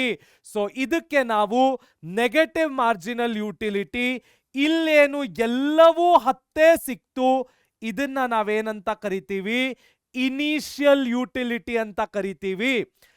ಎಲ್ಲಿ ಸ್ಯಾಟಿಸ್ಫ್ಯಾಕ್ಷನ್ ಪೀಕ್ ಆಗ್ತಾ ಇತ್ತು ಇದನ್ನ ನಾವು ಪೀಕ್ ಯುಟಿಲಿಟಿ ಅಂತ ಕರಿತೀವಿ. ಸೊ ಇದು ಪೀಕ್ ಯುಟಿಲಿಟಿ, ಇದು ನೆಗೆಟಿವ್ ಯುಟಿಲಿಟಿ, ಇದು ಇನಿಷಿಯಲ್ ಯುಟಿಲಿಟಿ, ಇದೇನಾಯ್ತು ಟೋಟಲ್ ಯುಟಿಲಿಟಿ. ಸಾಮಾನ್ಯವಾಗಿ ಯಾವುದೇ ಗ್ರಾಫಿಗೆ ಆಕ್ಸಿಸ್ ಅನ್ನ ಬರೆಯೋದು ಮರಿಬೇಡಿ. So X Axis 1 centimetre 1 unit ಆದ್ರೆ ವೈ ಆಕ್ಸಿಸ್ 1 ಸೆಂಟಿಮೀಟರ್ ಎಷ್ಟಾಯ್ತು, 5 ಯೂನಿಟ್ ಆಯ್ತು. 5, 10, 15, 20. ಸೊ ಎಷ್ಟು ಯೂನಿಟ್ ತಗೊಂಡಿದ್ದೀನಿ, 5 ಯೂನಿಟ್ ತಗೊಂಡಿದ್ದೀನಿ. ಹಾಗಾದ್ರೆ ನೆಕ್ಸ್ಟ್ ಏನು ಕಲಿಯಕ್ಕೆ ಸಿಗತ್ತೆ ನೋಡೋಣ ಬನ್ನಿ. Budget set and budget line. ಏನು budget set and budget line ಅಂದ್ರೆ, ಬಜೆಟ್ ಸೆಟ್ ಮತ್ತು ಬಜೆಟ್ ಲೈನ್ಗೆ ಇರ್ತಕ್ಕಂತಹ ಡಿಫ್ರೆನ್ಸ್ಗಳು very very important for 4 marks. ಏನು ಬಜೆಟ್ ಸೆಟ್, ಏನು ಬಜೆಟ್ ಲೈನ್ ಅಂದ್ರೆ ಸಿಂಪಲ್. ಯಾವುದೇ ಬಜೆಟ್ ಸೆಟ್ ಅನ್ನ ನಾವು ಆಪರ್ಚುನಿಟಿ ಸೆಟ್ ಅಂತ ಕರಿತೀವಿ. ಯಾವುದೇ ಬಜೆಟ್ ಲೈನ್ ಅನ್ನ ನಾವು ಪ್ರೈಸ್ ಲೈನ್ ಅಂತ ಕರಿತೀವಿ. ಹಾಗಾದ್ರೆ ಬಜೆಟ್ ಸೆಟ್ ಅಂದ್ರೇನು, ಬಜೆಟ್ ಲೈನ್ ಅಂದ್ರೇನು ನೋಡಿ. ನನಗೆ ಅಂದ್ರೆ ಒಬ್ಬ ಕನ್ಸ್ಯೂಮರ್ಗೆ ಇರ್ತಕ್ಕಂತಹ ಇನ್ಕಮ್ಮಿನಲ್ಲಿ ಯಾವ ಯಾವ ಕಾಂಬಿನೇಷನ್ ಆಫ್ ಗೂಡ್ಸ್ ಗಳನ್ನ ಅವನು ಪರ್ಚೇಸ್ ಮಾಡಬಹುದು ಅಂತ ತಿಳ್ಕೊಳ್ಳಿಕ್ಕೆ ನಾವೇನಂತ ಕರಿತೀವಿ, ಬಜೆಟ್ ಸೆಟ್ ಅಂತ ಕರಿತೀವಿ. ಆದರೆ ಅವನ್ಗೆ ಇರ್ತಕ್ಕಂತಹ ಇನ್ಕಮ್ಮಿಗೆ ಈಕ್ವಲ್ ಆಗಿ ಯಾವ ಯಾವ ಪ್ರಾಡಕ್ಟ್ಗಳನ್ನ ಕನ್ಸ್ಯೂಮ್ ಮಾಡ್ಬೋದು ಅಂತ ತಿಳ್ಕೊಳ್ಳಿಕ್ಕೆ ನಾವೇನಂತ ಕರಿತೀವಿ, ಬಜೆಟ್ ಲೈನ್ ಅಂತ ಕರಿತೀವಿ. ಸೊ ಬಜೆಟ್ ಸೆಟ್ ಅಂದ್ರೆ ಏನರ್ಥ, with in the limited income of the consumer ಯಾವ ಯಾವ ಕಾಂಬಿನೇಷನ್ ಆಫ್ ಗೂಡ್ಸ್ ಗಳನ್ನ ಆ ಕನ್ಸ್ಯೂಮರ್ ಕನ್ಸ್ಯೂಮ್ ಮಾಡ್ಬೋದು ಅಥವಾ ಪರ್ಚೇಸ್ ಮಾಡ್ಬೋದು ಅನ್ನೋ ಪ್ರಕ್ರಿಯೆಗೆ ನಾವು ಬಜೆಟ್ ಸೆಟ್ ಅಥವಾ ಆಪರ್ಚುನಿಟಿ ಸೆಟ್ ಅಂತ ಕರೆದ್ರೆ, ಬಜೆಟ್ ಲೈನ್ ಅಂದ್ರೆ ಇಟ್ ಇಸ್ ಪ್ರೈಸ್ ಲೈನ್. ಯಾವುದೇ ಒಬ್ಬ ವ್ಯಕ್ತಿ ಅವನ ಇನ್ಕಮ್ ಎಕ್ಸಾಸ್ಟ್ ಆಗೋ ತನಕ, ಅವನ ಇನ್ಕಮ್ ಈಕ್ವಲ್ ಇರೋ ತನಕ ಯಾವ ಯಾವ ಪ್ರಾಡಕ್ಟ್ಗಳ ಕಾಂಬಿನೇಷನ್ ಅನ್ನ ಪರ್ಚೇಸ್ ಮಾಡ್ಬೋದು ಅನ್ಲಿಕ್ಕೆ ನಾವೇನಂತ ಕರಿತೀವಿ, ಬಜೆಟ್ ಲೈನ್ ಅಂತ ಕರಿತೀವಿ. ನಮ್ಮ ಬಜೆಟ್ ಸೆಟ್ಟಿಗೆ ಇರ್ತಕ್ಕಂತಹ equation P1x1 P2x2 less than or equal to M. ಅದಕ್ಕೆ ನಾನು ನಿಮ್ಗೆ ಹೇಳಿದ್ದು ವಿತ್ ಇನ್ ದ ಇನ್ಕಮ್ ಯಾವ ಯಾವ ಕಾಂಬಿನೇಷನ್ ಅನ್ನ ಅವನು ಪರ್ಚೇಸ್ ಮಾಡ್ಬೋದು. ಅದೇ ಬಜೆಟ್ ಲೈನ್ ಆದ್ರೆ P1x1 plus P2x2 is equal to M. ಅಂದ್ರೆ ಅವನ ಮಾರ್ಕೆಟ್ ಇನ್ಕಮ್ ಅಥವಾ ಅವನ ಇನ್ಕಮ್ಮಿಗೆ ಈಕ್ವಲ್ ಆಗಿ ಯಾವ 2 ಗೂಡುಗಳನ್ನ ಅವನು ಪರ್ಚೇಸ್ ಮಾಡ್ಬೋದು ಅಂತ ತಿಳ್ಕೊಳ್ಳಿಕ್ಕೆ ನಾವೇನಂತ ಕರಿತೀವಿ, ಬಜೆಟ್ ಲೈನ್ ಅಥವಾ ಪ್ರೈಸ್ ಲೈನ್ ಅಂತ ಕರಿತೀವಿ. ಹಾಗಾದ್ರೆ ಕನ್ಸ್ಯೂಮರ್ ಬಜೆಟ್ ಕಾನ್ಸ್ಟ್ರಯಂಟ್ ಏನು? It indicates that the consumer will purchase set of goods that cost less than or equal to their income. So budget set ಅಥವಾ ಬಜೆಟ್ ಲೈನ್ ನಮ್ಗೆ ಏನ್ ಹೇಳುತ್ತೆ, ಯಾವುದೇ ಒಬ್ಬ ಕನ್ಸ್ಯೂಮರ್ ನಾನು ಮಾರ್ಕೆಟ್ಟಿಗೆ ಎಷ್ಟು ದುಡ್ಡು ತಗೊಂಡು ಹೋಗಿದ್ದೇನೆ ಅದಕ್ಕೆ ಈಕ್ವಲ್ ಆಗಿ ಒಂದ ಪರ್ಚೇಸ್ ಮಾಡ್ಕೊಂಡು ಬರ್ತೀನಿ, ಇಲ್ಲ ಅಂದ್ರೆ ಅದರ ಒಳಗಡೆ ಪರ್ಚೇಸ್ ಮಾಡ್ಕೊಂಡು ಬರ್ತೀನಿ ಹೊರತು ಅದಕ್ಕೆ ಮೀರಿ ಪರ್ಚೇಸ್ ಮಾಡ್ತಕ್ಕಂತಹ ಸಿನಾರಿಯೋಗಳು ಸಾಮಾನ್ಯವಾಗಿ ಕಡಿಮೆ ಬರುತ್ತೆ. ಅಂತಹ ಸಿನಾರಿಯೋಗಳನ್ನ ನಾವೇನಂತ ಕರಿತೀವಿ, ಬಜೆಟ್ ಲೈನ್ ಮತ್ತು ಬಜೆಟ್ ಸೆಟ್. ಬಜೆಟ್ ಸೆಟ್ ಇರ್ತಕ್ಕಂತಹ ಇನ್ನೊಂದು ಇನ್ನೊಂದು ಹೆಸರು ಆಪರ್ಚುನಿಟಿ ಸೆಟ್, ಬಜೆಟ್ ಲೈನ್ಗೆ ಇರ್ತಕ್ಕಂತಹ ಇನ್ನೊಂದು ಹೆಸರು ಪ್ರೈಸ್ ಲೈನ್. ಬಜೆಟ್ ಸೆಟ್ಟಿನ equation P1x1 plus P2x2 less than or equal to M. Budget ಲೈನ್ಗೆ ಇರ್ತಕ್ಕಂತಹ equation P1x1 plus P2x2 is equal to M. ಹಾಗಾದ್ರೆ ಅದರ ಡಿಫರೆನ್ಸ್ಗಳೇನು ನೋಡೋಣ ಬನ್ನಿ. ಮೊದಲನೆಯ ಡಿಫರೆನ್ಸ್ ಡೆಫಿನಿಷನ್. ನಾನು ಹೇಳಿದ ಹಾಗೆ all possible combination of goods a consumer can afford, ಅದನ್ನೇನಂತೀವಿ ಬಜೆಟ್ ಸೆಟ್. ನನಗೆ ಇರ್ತಕ್ಕಂತಹ ಆದಾಯದಲ್ಲಿ, ಇನ್ಕಮ್ಮಿನಲ್ಲಿ ಯಾವೆಲ್ಲ ಕಾಂಬಿನೇಷನ್ ಆಫ್ ಗೂಡ್ಸ್ಗಳನ್ನ ನಾನು ಕನ್ಸ್ಯೂಮ್ ಮಾಡಬಹುದು ಅದಕ್ಕೆ ನಾವು ಬಜೆಟ್ ಸೆಟ್ ಅಂತ ಹೇಳಿದ್ರೆ, ನನಗೆ ಇರ್ತಕ್ಕಂತಹ ಆದಾಯವನ್ನ ಎಕ್ಸಾಸ್ಟ್ ಮಾಡಿ, ಖಾಲಿ ಮಾಡಿ, ಈಕ್ವಲ್ ಆಗಿ ಪರ್ಚೇಸ್ ಮಾಡಬಹುದಾದಂತಹ ಪ್ರಾಡಕ್ಟ್ಗಳಿಗೆ ನಾವೇನಂತ ಕರಿತೀವಿ, ಬಜೆಟ್ ಲೈನ್ ಅಂತ ಕರಿತೀವಿ. ಇಲ್ಲಿ ಈ ಎಕ್ಸಾಸ್ಟ್ ಅನ್ನೋ ಪದ ಇಂಪಾರ್ಟೆಂಟ್. ಎರಡನೆಯ ಡಿಫರೆನ್ಸ್, ಬಜೆಟ್ ಸೆಟ್ ಅನ್ನ ಆಪರ್ಚುನಿಟಿ ಸೆಟ್ ಅಂತೀವಿ, ಬಜೆಟ್ ಲೈನ್ ಅನ್ನ ಪ್ರೈಸ್ ಲೈನ್ ಅಂತೀವಿ. ಮೂರನೆಯದು budget set P1x1 plus P2x2 less than or equal to M. ಅದೇ ಬಜೆಟ್ ಲೈನ್ ಆದ್ರೆ P1x1 plus P2x2 is equal to M. ನಾನು ಈ ಡಿಫರೆನ್ಸ್ಗಳನ್ನ ಇವಾಗಲೇ ನಿಮಗೆ ಹೇಳಿದೆ. ನಾಲ್ಕನೆಯದು, it is the area including or below the budget line. ಇದೇನು ಅಂತ ನಮಗೆ ಗ್ರಾಫಿಕಲ್ ರೆಪ್ರೆಸೆಂಟೇಷನ್ ಅಲ್ಲಿ ಅರ್ಥ ಆಗುತ್ತೆ. ಆದ್ರೆ ಬಜೆಟ್ ಲೈನ್ ಅಂದ್ರೆ ಏನರ್ಥ? It is the straight line intersecting or connecting the intercepts. ಇದು ಕೂಡ ನಮಗೆ ಗ್ರಾಫ್ ಮಾಡಿದಾಗ ಕ್ಲಿಯರ್ ಕಟ್ ಪಿಕ್ಚರ್ ಸಿಗುತ್ತೆ. ಐದನೆಯದು, it includes all the affordable combination. ಇಷ್ಟೇ ಖರ್ಚು ಮಾಡಬೇಕು, ಹೀಗೆ ಖರ್ಚು ಮಾಡಬೇಕು ಅಲ್ಲ, ನಾವು ತಗೊಂಡೋಗಿರ್ತಕ್ಕಂಥ ಆದಾಯದಲ್ಲಿ ಯಾವೆಲ್ಲ ಕಾಂಬಿನೇಷನ್ ಆಫ್ ಗೂಡ್ಸ್ ನ ಪರ್ಚೇಸ್ ಮಾಡಬಹುದು ಅಷ್ಟು ಕಾಂಬಿನೇಷನ್ಗಳನ್ನ ಬಜೆಟ್ ಸೆಟ್ ನಮಗ್ ಕೊಡುತ್ತೆ. ಆದರೆ limited to combination that uses the entire budget, ಅದಕ್ಕೆ ನಾವೇನಂತೀವಿ ಬಜೆಟ್ ಲೈನ್. ನಾನು 60 ರೂಪಾಯಿ ತಗೊಂಡೋಗಿದ್ರೆ 60 ರೂಪಾಯಿ ಖರ್ಚು ಮಾಡ್ಲಿಕ್ಕೆ ಯಾವೆಲ್ಲ ಕಾಂಬಿನೇಷನ್ಗಳಿವೆ ಅದನ್ನ ತಿಳಿಸ್ಕೊಡೋದು ಬಜೆಟ್ ಲೈನ್. ಆದರೆ ಆ 60 ರೂಪಾಯಿಗಿಂತ ಕಡಿಮೆ ಖರ್ಚು ಮಾಡ್ಲಿಕ್ಕೆ ನನಗೆ ಆಪ್ಷನ್ಸ್ ಇದೆಯಾ, ಸಾಧ್ಯ ಆಗತ್ತಾ, ಮಾಡಬಹುದಾ, ಅದನ್ನ ನಮಗೆ ತಿಳಿಸ್ಕೊಡೋದೇ ಬಜೆಟ್ ಸೆಟ್. ಹಾಗಾದ್ರೆ ಇದರ ಗ್ರಾಫಿಕಲ್ ರೆಪ್ರೆಸೆಂಟೇಷನ್ ಹೇಗೆ ನೋಡೋಣ ಬನ್ನಿ.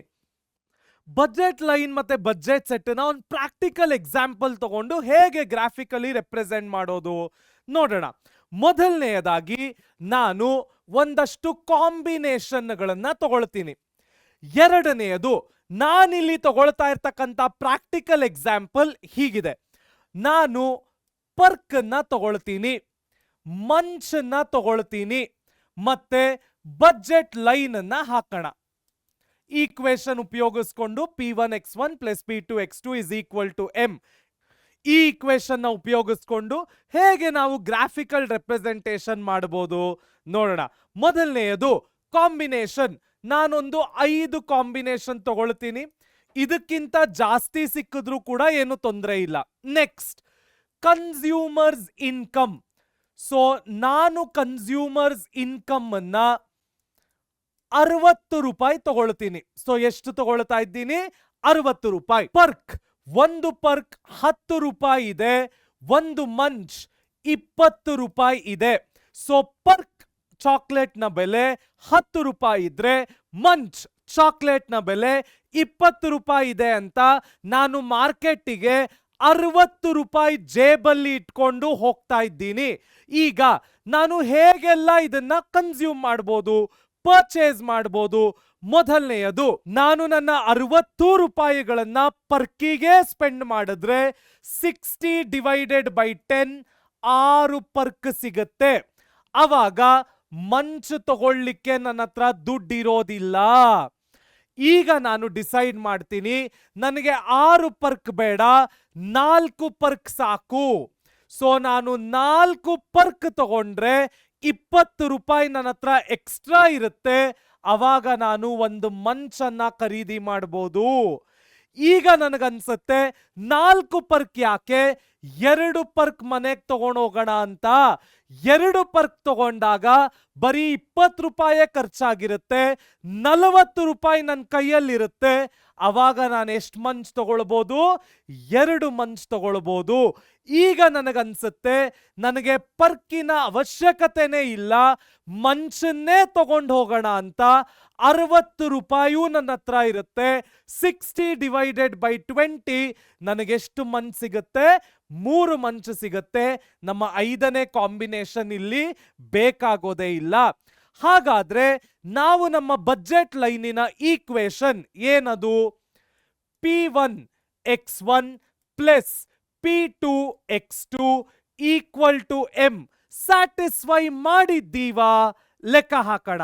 ಮೊದಲನೆಯದು 6 ಇಂಟು 10 60, 0 ಇಂಟು 20 0. ಇವೆರಡನ್ನು ಆಡ್ ಮಾಡಿದ್ರೆ 60 ರೂಪಾಯಿ ಸಿಕ್ತು. ಎಸ್, ಸ್ಯಾಟಿಸ್ಫೈ ಆಯ್ತು. ಎರಡನೆಯದು 4 ಇಂಟು 10 40, 1 ಇಂಟು 20 20.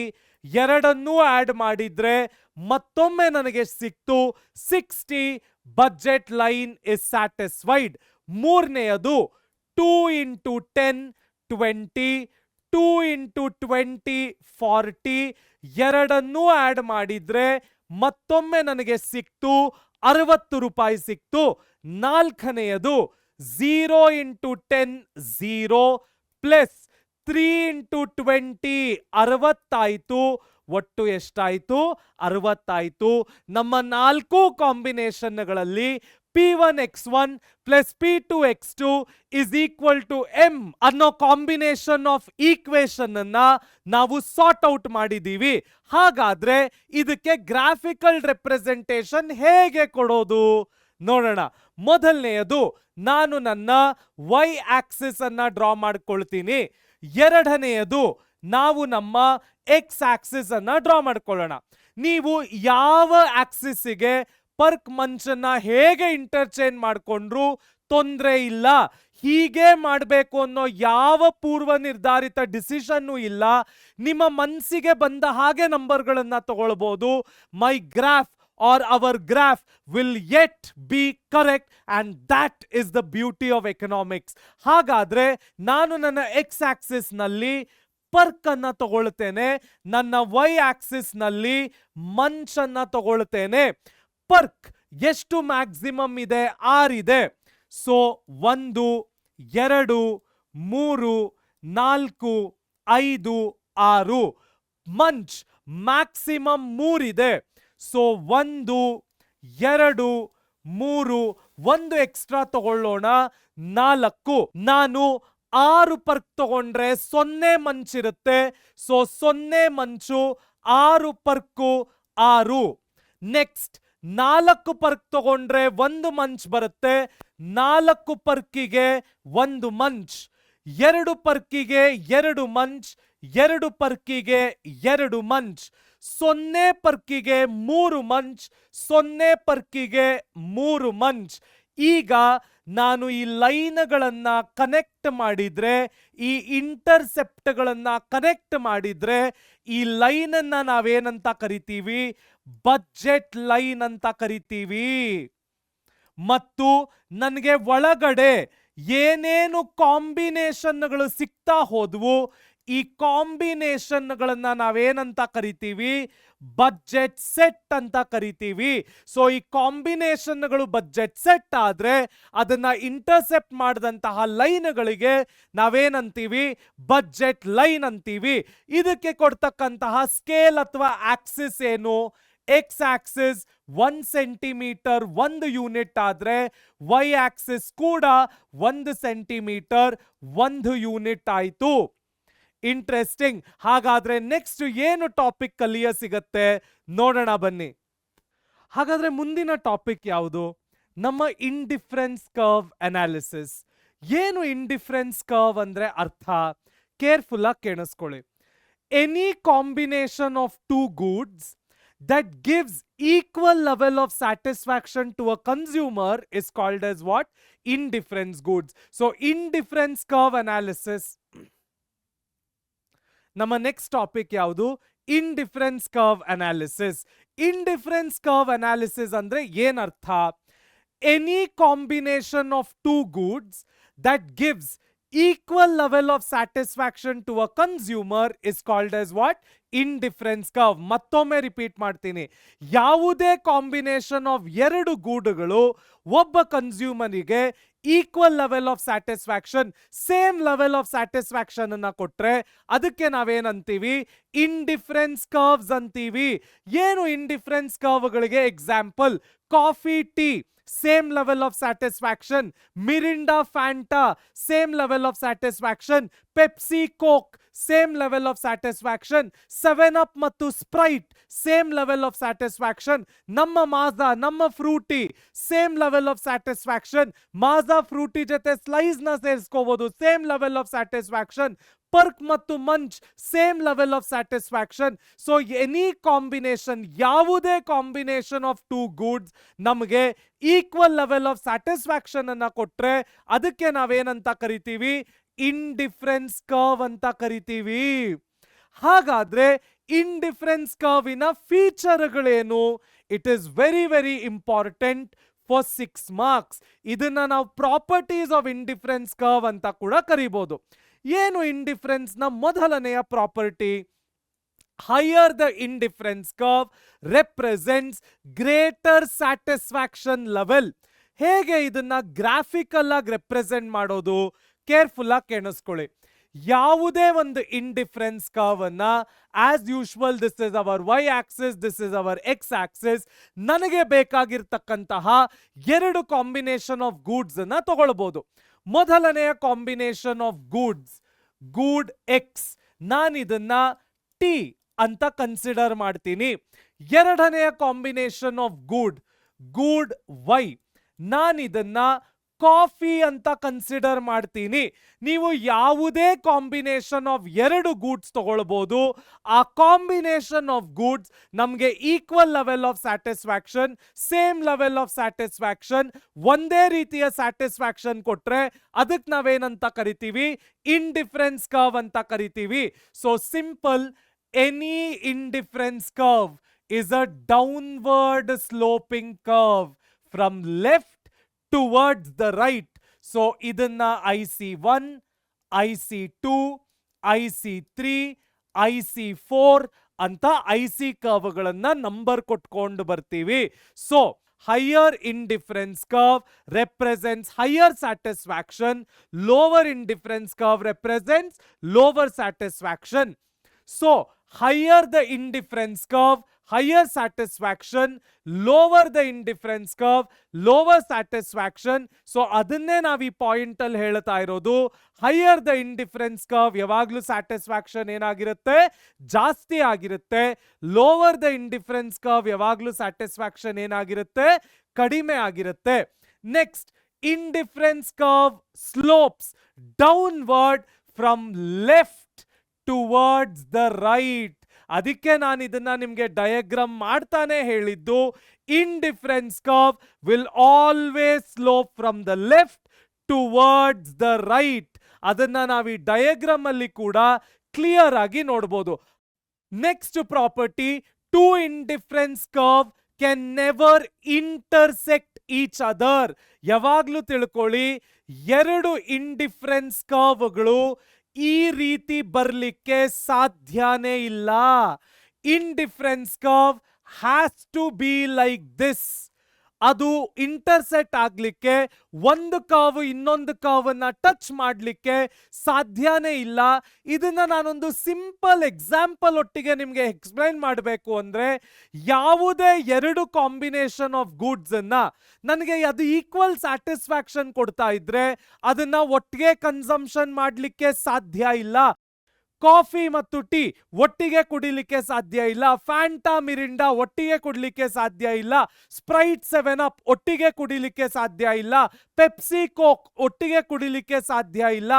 ಆದ್ದರಿಂದ ನಮ್ಮ ಇಂಡಿಫರೆನ್ಸ್ ಕರ್ವ್ ಇಂಟರ್ಸೆಕ್ಟ್ ಆಗೋ ಅಂತ ಪ್ರಮೇಯ ಬರ್ಲಿಕ್ಕೆ ಸಾಧ್ಯನೇ ಇಲ್ಲ. Next, indifference curve can not be parallel. ಯಾವಾಗ್ಲೂ ತಿಳ್ಕೊಳ್ಳಿ, ನಮ್ಮ ಇಂಡಿಫರೆನ್ಸ್ ಕರ್ವ್ ಈ ರೀತಿ ಇರ್ಲಿಕ್ಕೆ ಸಾಧ್ಯನೇ ಇಲ್ಲ. Indifference curve must always be in the half moon shape from left towards the right. ಕ್ಲಿಯರಾ? Next, indifference curve slopes downwards because if consumer wants to increase consumption of one good while maintaining the same satisfaction level, they must give up the units of another good. ಇದನ್ನ ನಾವು marginal rate of substitution ಅಂತ ಕರಿತೀವಿ. ಏನಂತ ಕರಿತೀವಿ? Marginal rate of substitution. ನಮ್ಮ examination ಅಲ್ಲಿ marginal rate of substitution is a very important question for 2 marks. ಏನು marginal rate of substitution ಅಂದ್ರೆ, ಯಾವುದೇ ಒಂದು ಗೂಡನ್ನ ಪರ್ಚೇಸ್ ಮಾಡಬೇಕಾದ್ರೆ ಮತ್ತೊಂದು ಕನ್ಸಂಪ್ಷನ್ ಆಫ್ ಗೂಡನ್ನ ಗಿವ್ ಅಪ್ ಮಾಡಬೇಕಾಗತ್ತೆ, ಮತ್ತೊಂದು ಪರ್ಚೇಸ್ ಆಫ್ ಗೂಡನ್ನ ಗಿವ್ ಅಪ್ ಮಾಡಬೇಕಾಗತ್ತೆ. If I am consuming one product, I have to give up another product. If I'm consuming one item, I have to give up another item. ಅದನ್ನ ನಾವೇನಂತ ಕರಿತೀವಿ? Marginal rate of substitutions ಅಂತ ಕರಿತೀವಿ. Next, indifference curve cannot intersect because this would lead to contradictory results. The same combination would yield both higher and lower satisfaction. ಎರಡನ್ನೂ ಒಟ್ಟಿಗೆ consume ಮಾಡಲಿಕ್ಕೆ ಸಾಧ್ಯವೇ ಇಲ್ಲ. ನಿಮ್ಮ ಕಾಂಬಿನೇಷನ್ ಆಫ್ ಸ್ಯಾಟಿಸ್ಫ್ಯಾಕ್ಷನ್ಸ್ ಏನಾಗುತ್ತೆ? ವೇರಿ ಆಗಲಿಕ್ಕೆ ಶುರು ಆಗುತ್ತೆ. They also cannot be parallel because consumer moves higher in difference curve, the marginal rate of substitution changes rather than remaining constant. So ನಾವು ಒಂದು ಗೂಡನ್ನ ಕನ್ಸ್ಯೂಮ್ ಮಾಡಿದ್ರೆ ಇನ್ನೊಂದು ಗೂಡನ್ನ ಬಿಟ್ಕೊಡ್ಬೇಕಾಗತ್ತೆ. ಈ ಕಾರಣದಿಂದ ನಮ್ಮ ಇಂಡಿಫರೆನ್ಸ್ ಕರ್ವ್ ಪ್ಯಾರಲಲ್ ಆಗಿರ್ಲಿಕ್ಕೆ ಸಾಧ್ಯವೇ ಇಲ್ಲ. ಹಾಗಾದ್ರೆ ಮತ್ತಷ್ಟು ಪ್ರಾಪರ್ಟಿಗಳು ಏನು ಬರುತ್ತೆ ಇಂಡಿಫರೆನ್ಸ್ ಕರ್ವ್ಗೆ? ನೋಡೋಣ ಬನ್ನಿ. Next property, convex to the origin. ಇದನ್ನ ಜ್ಞಾಪಕ ಇಟ್ಕೊಳ್ಳಿ, very important.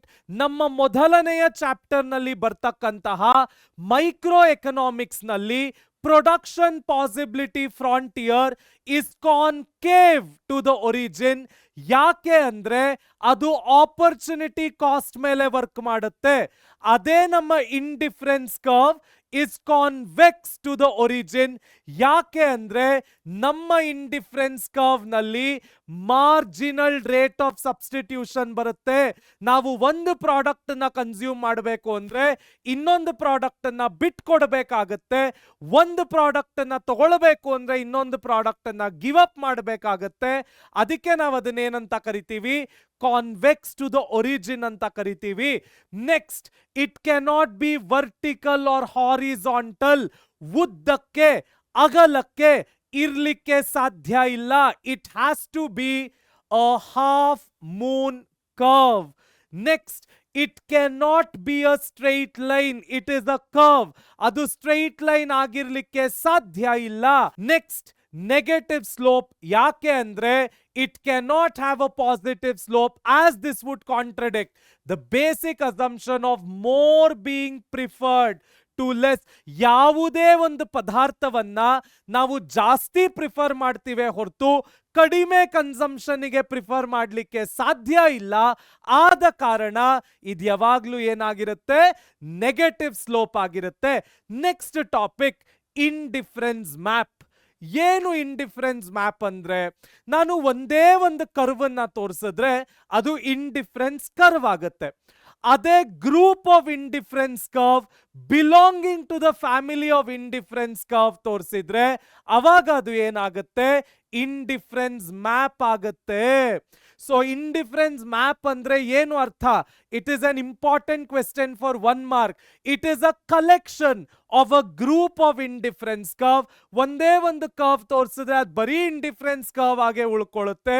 A group of indifference curve, a collection of indifference curves ಅನ್ನ ತೋರಿಸಿದಾಗ ಅದು ಇಂಡಿಫರೆನ್ಸ್ ಮ್ಯಾಪ್ ಆಗುತ್ತೆ.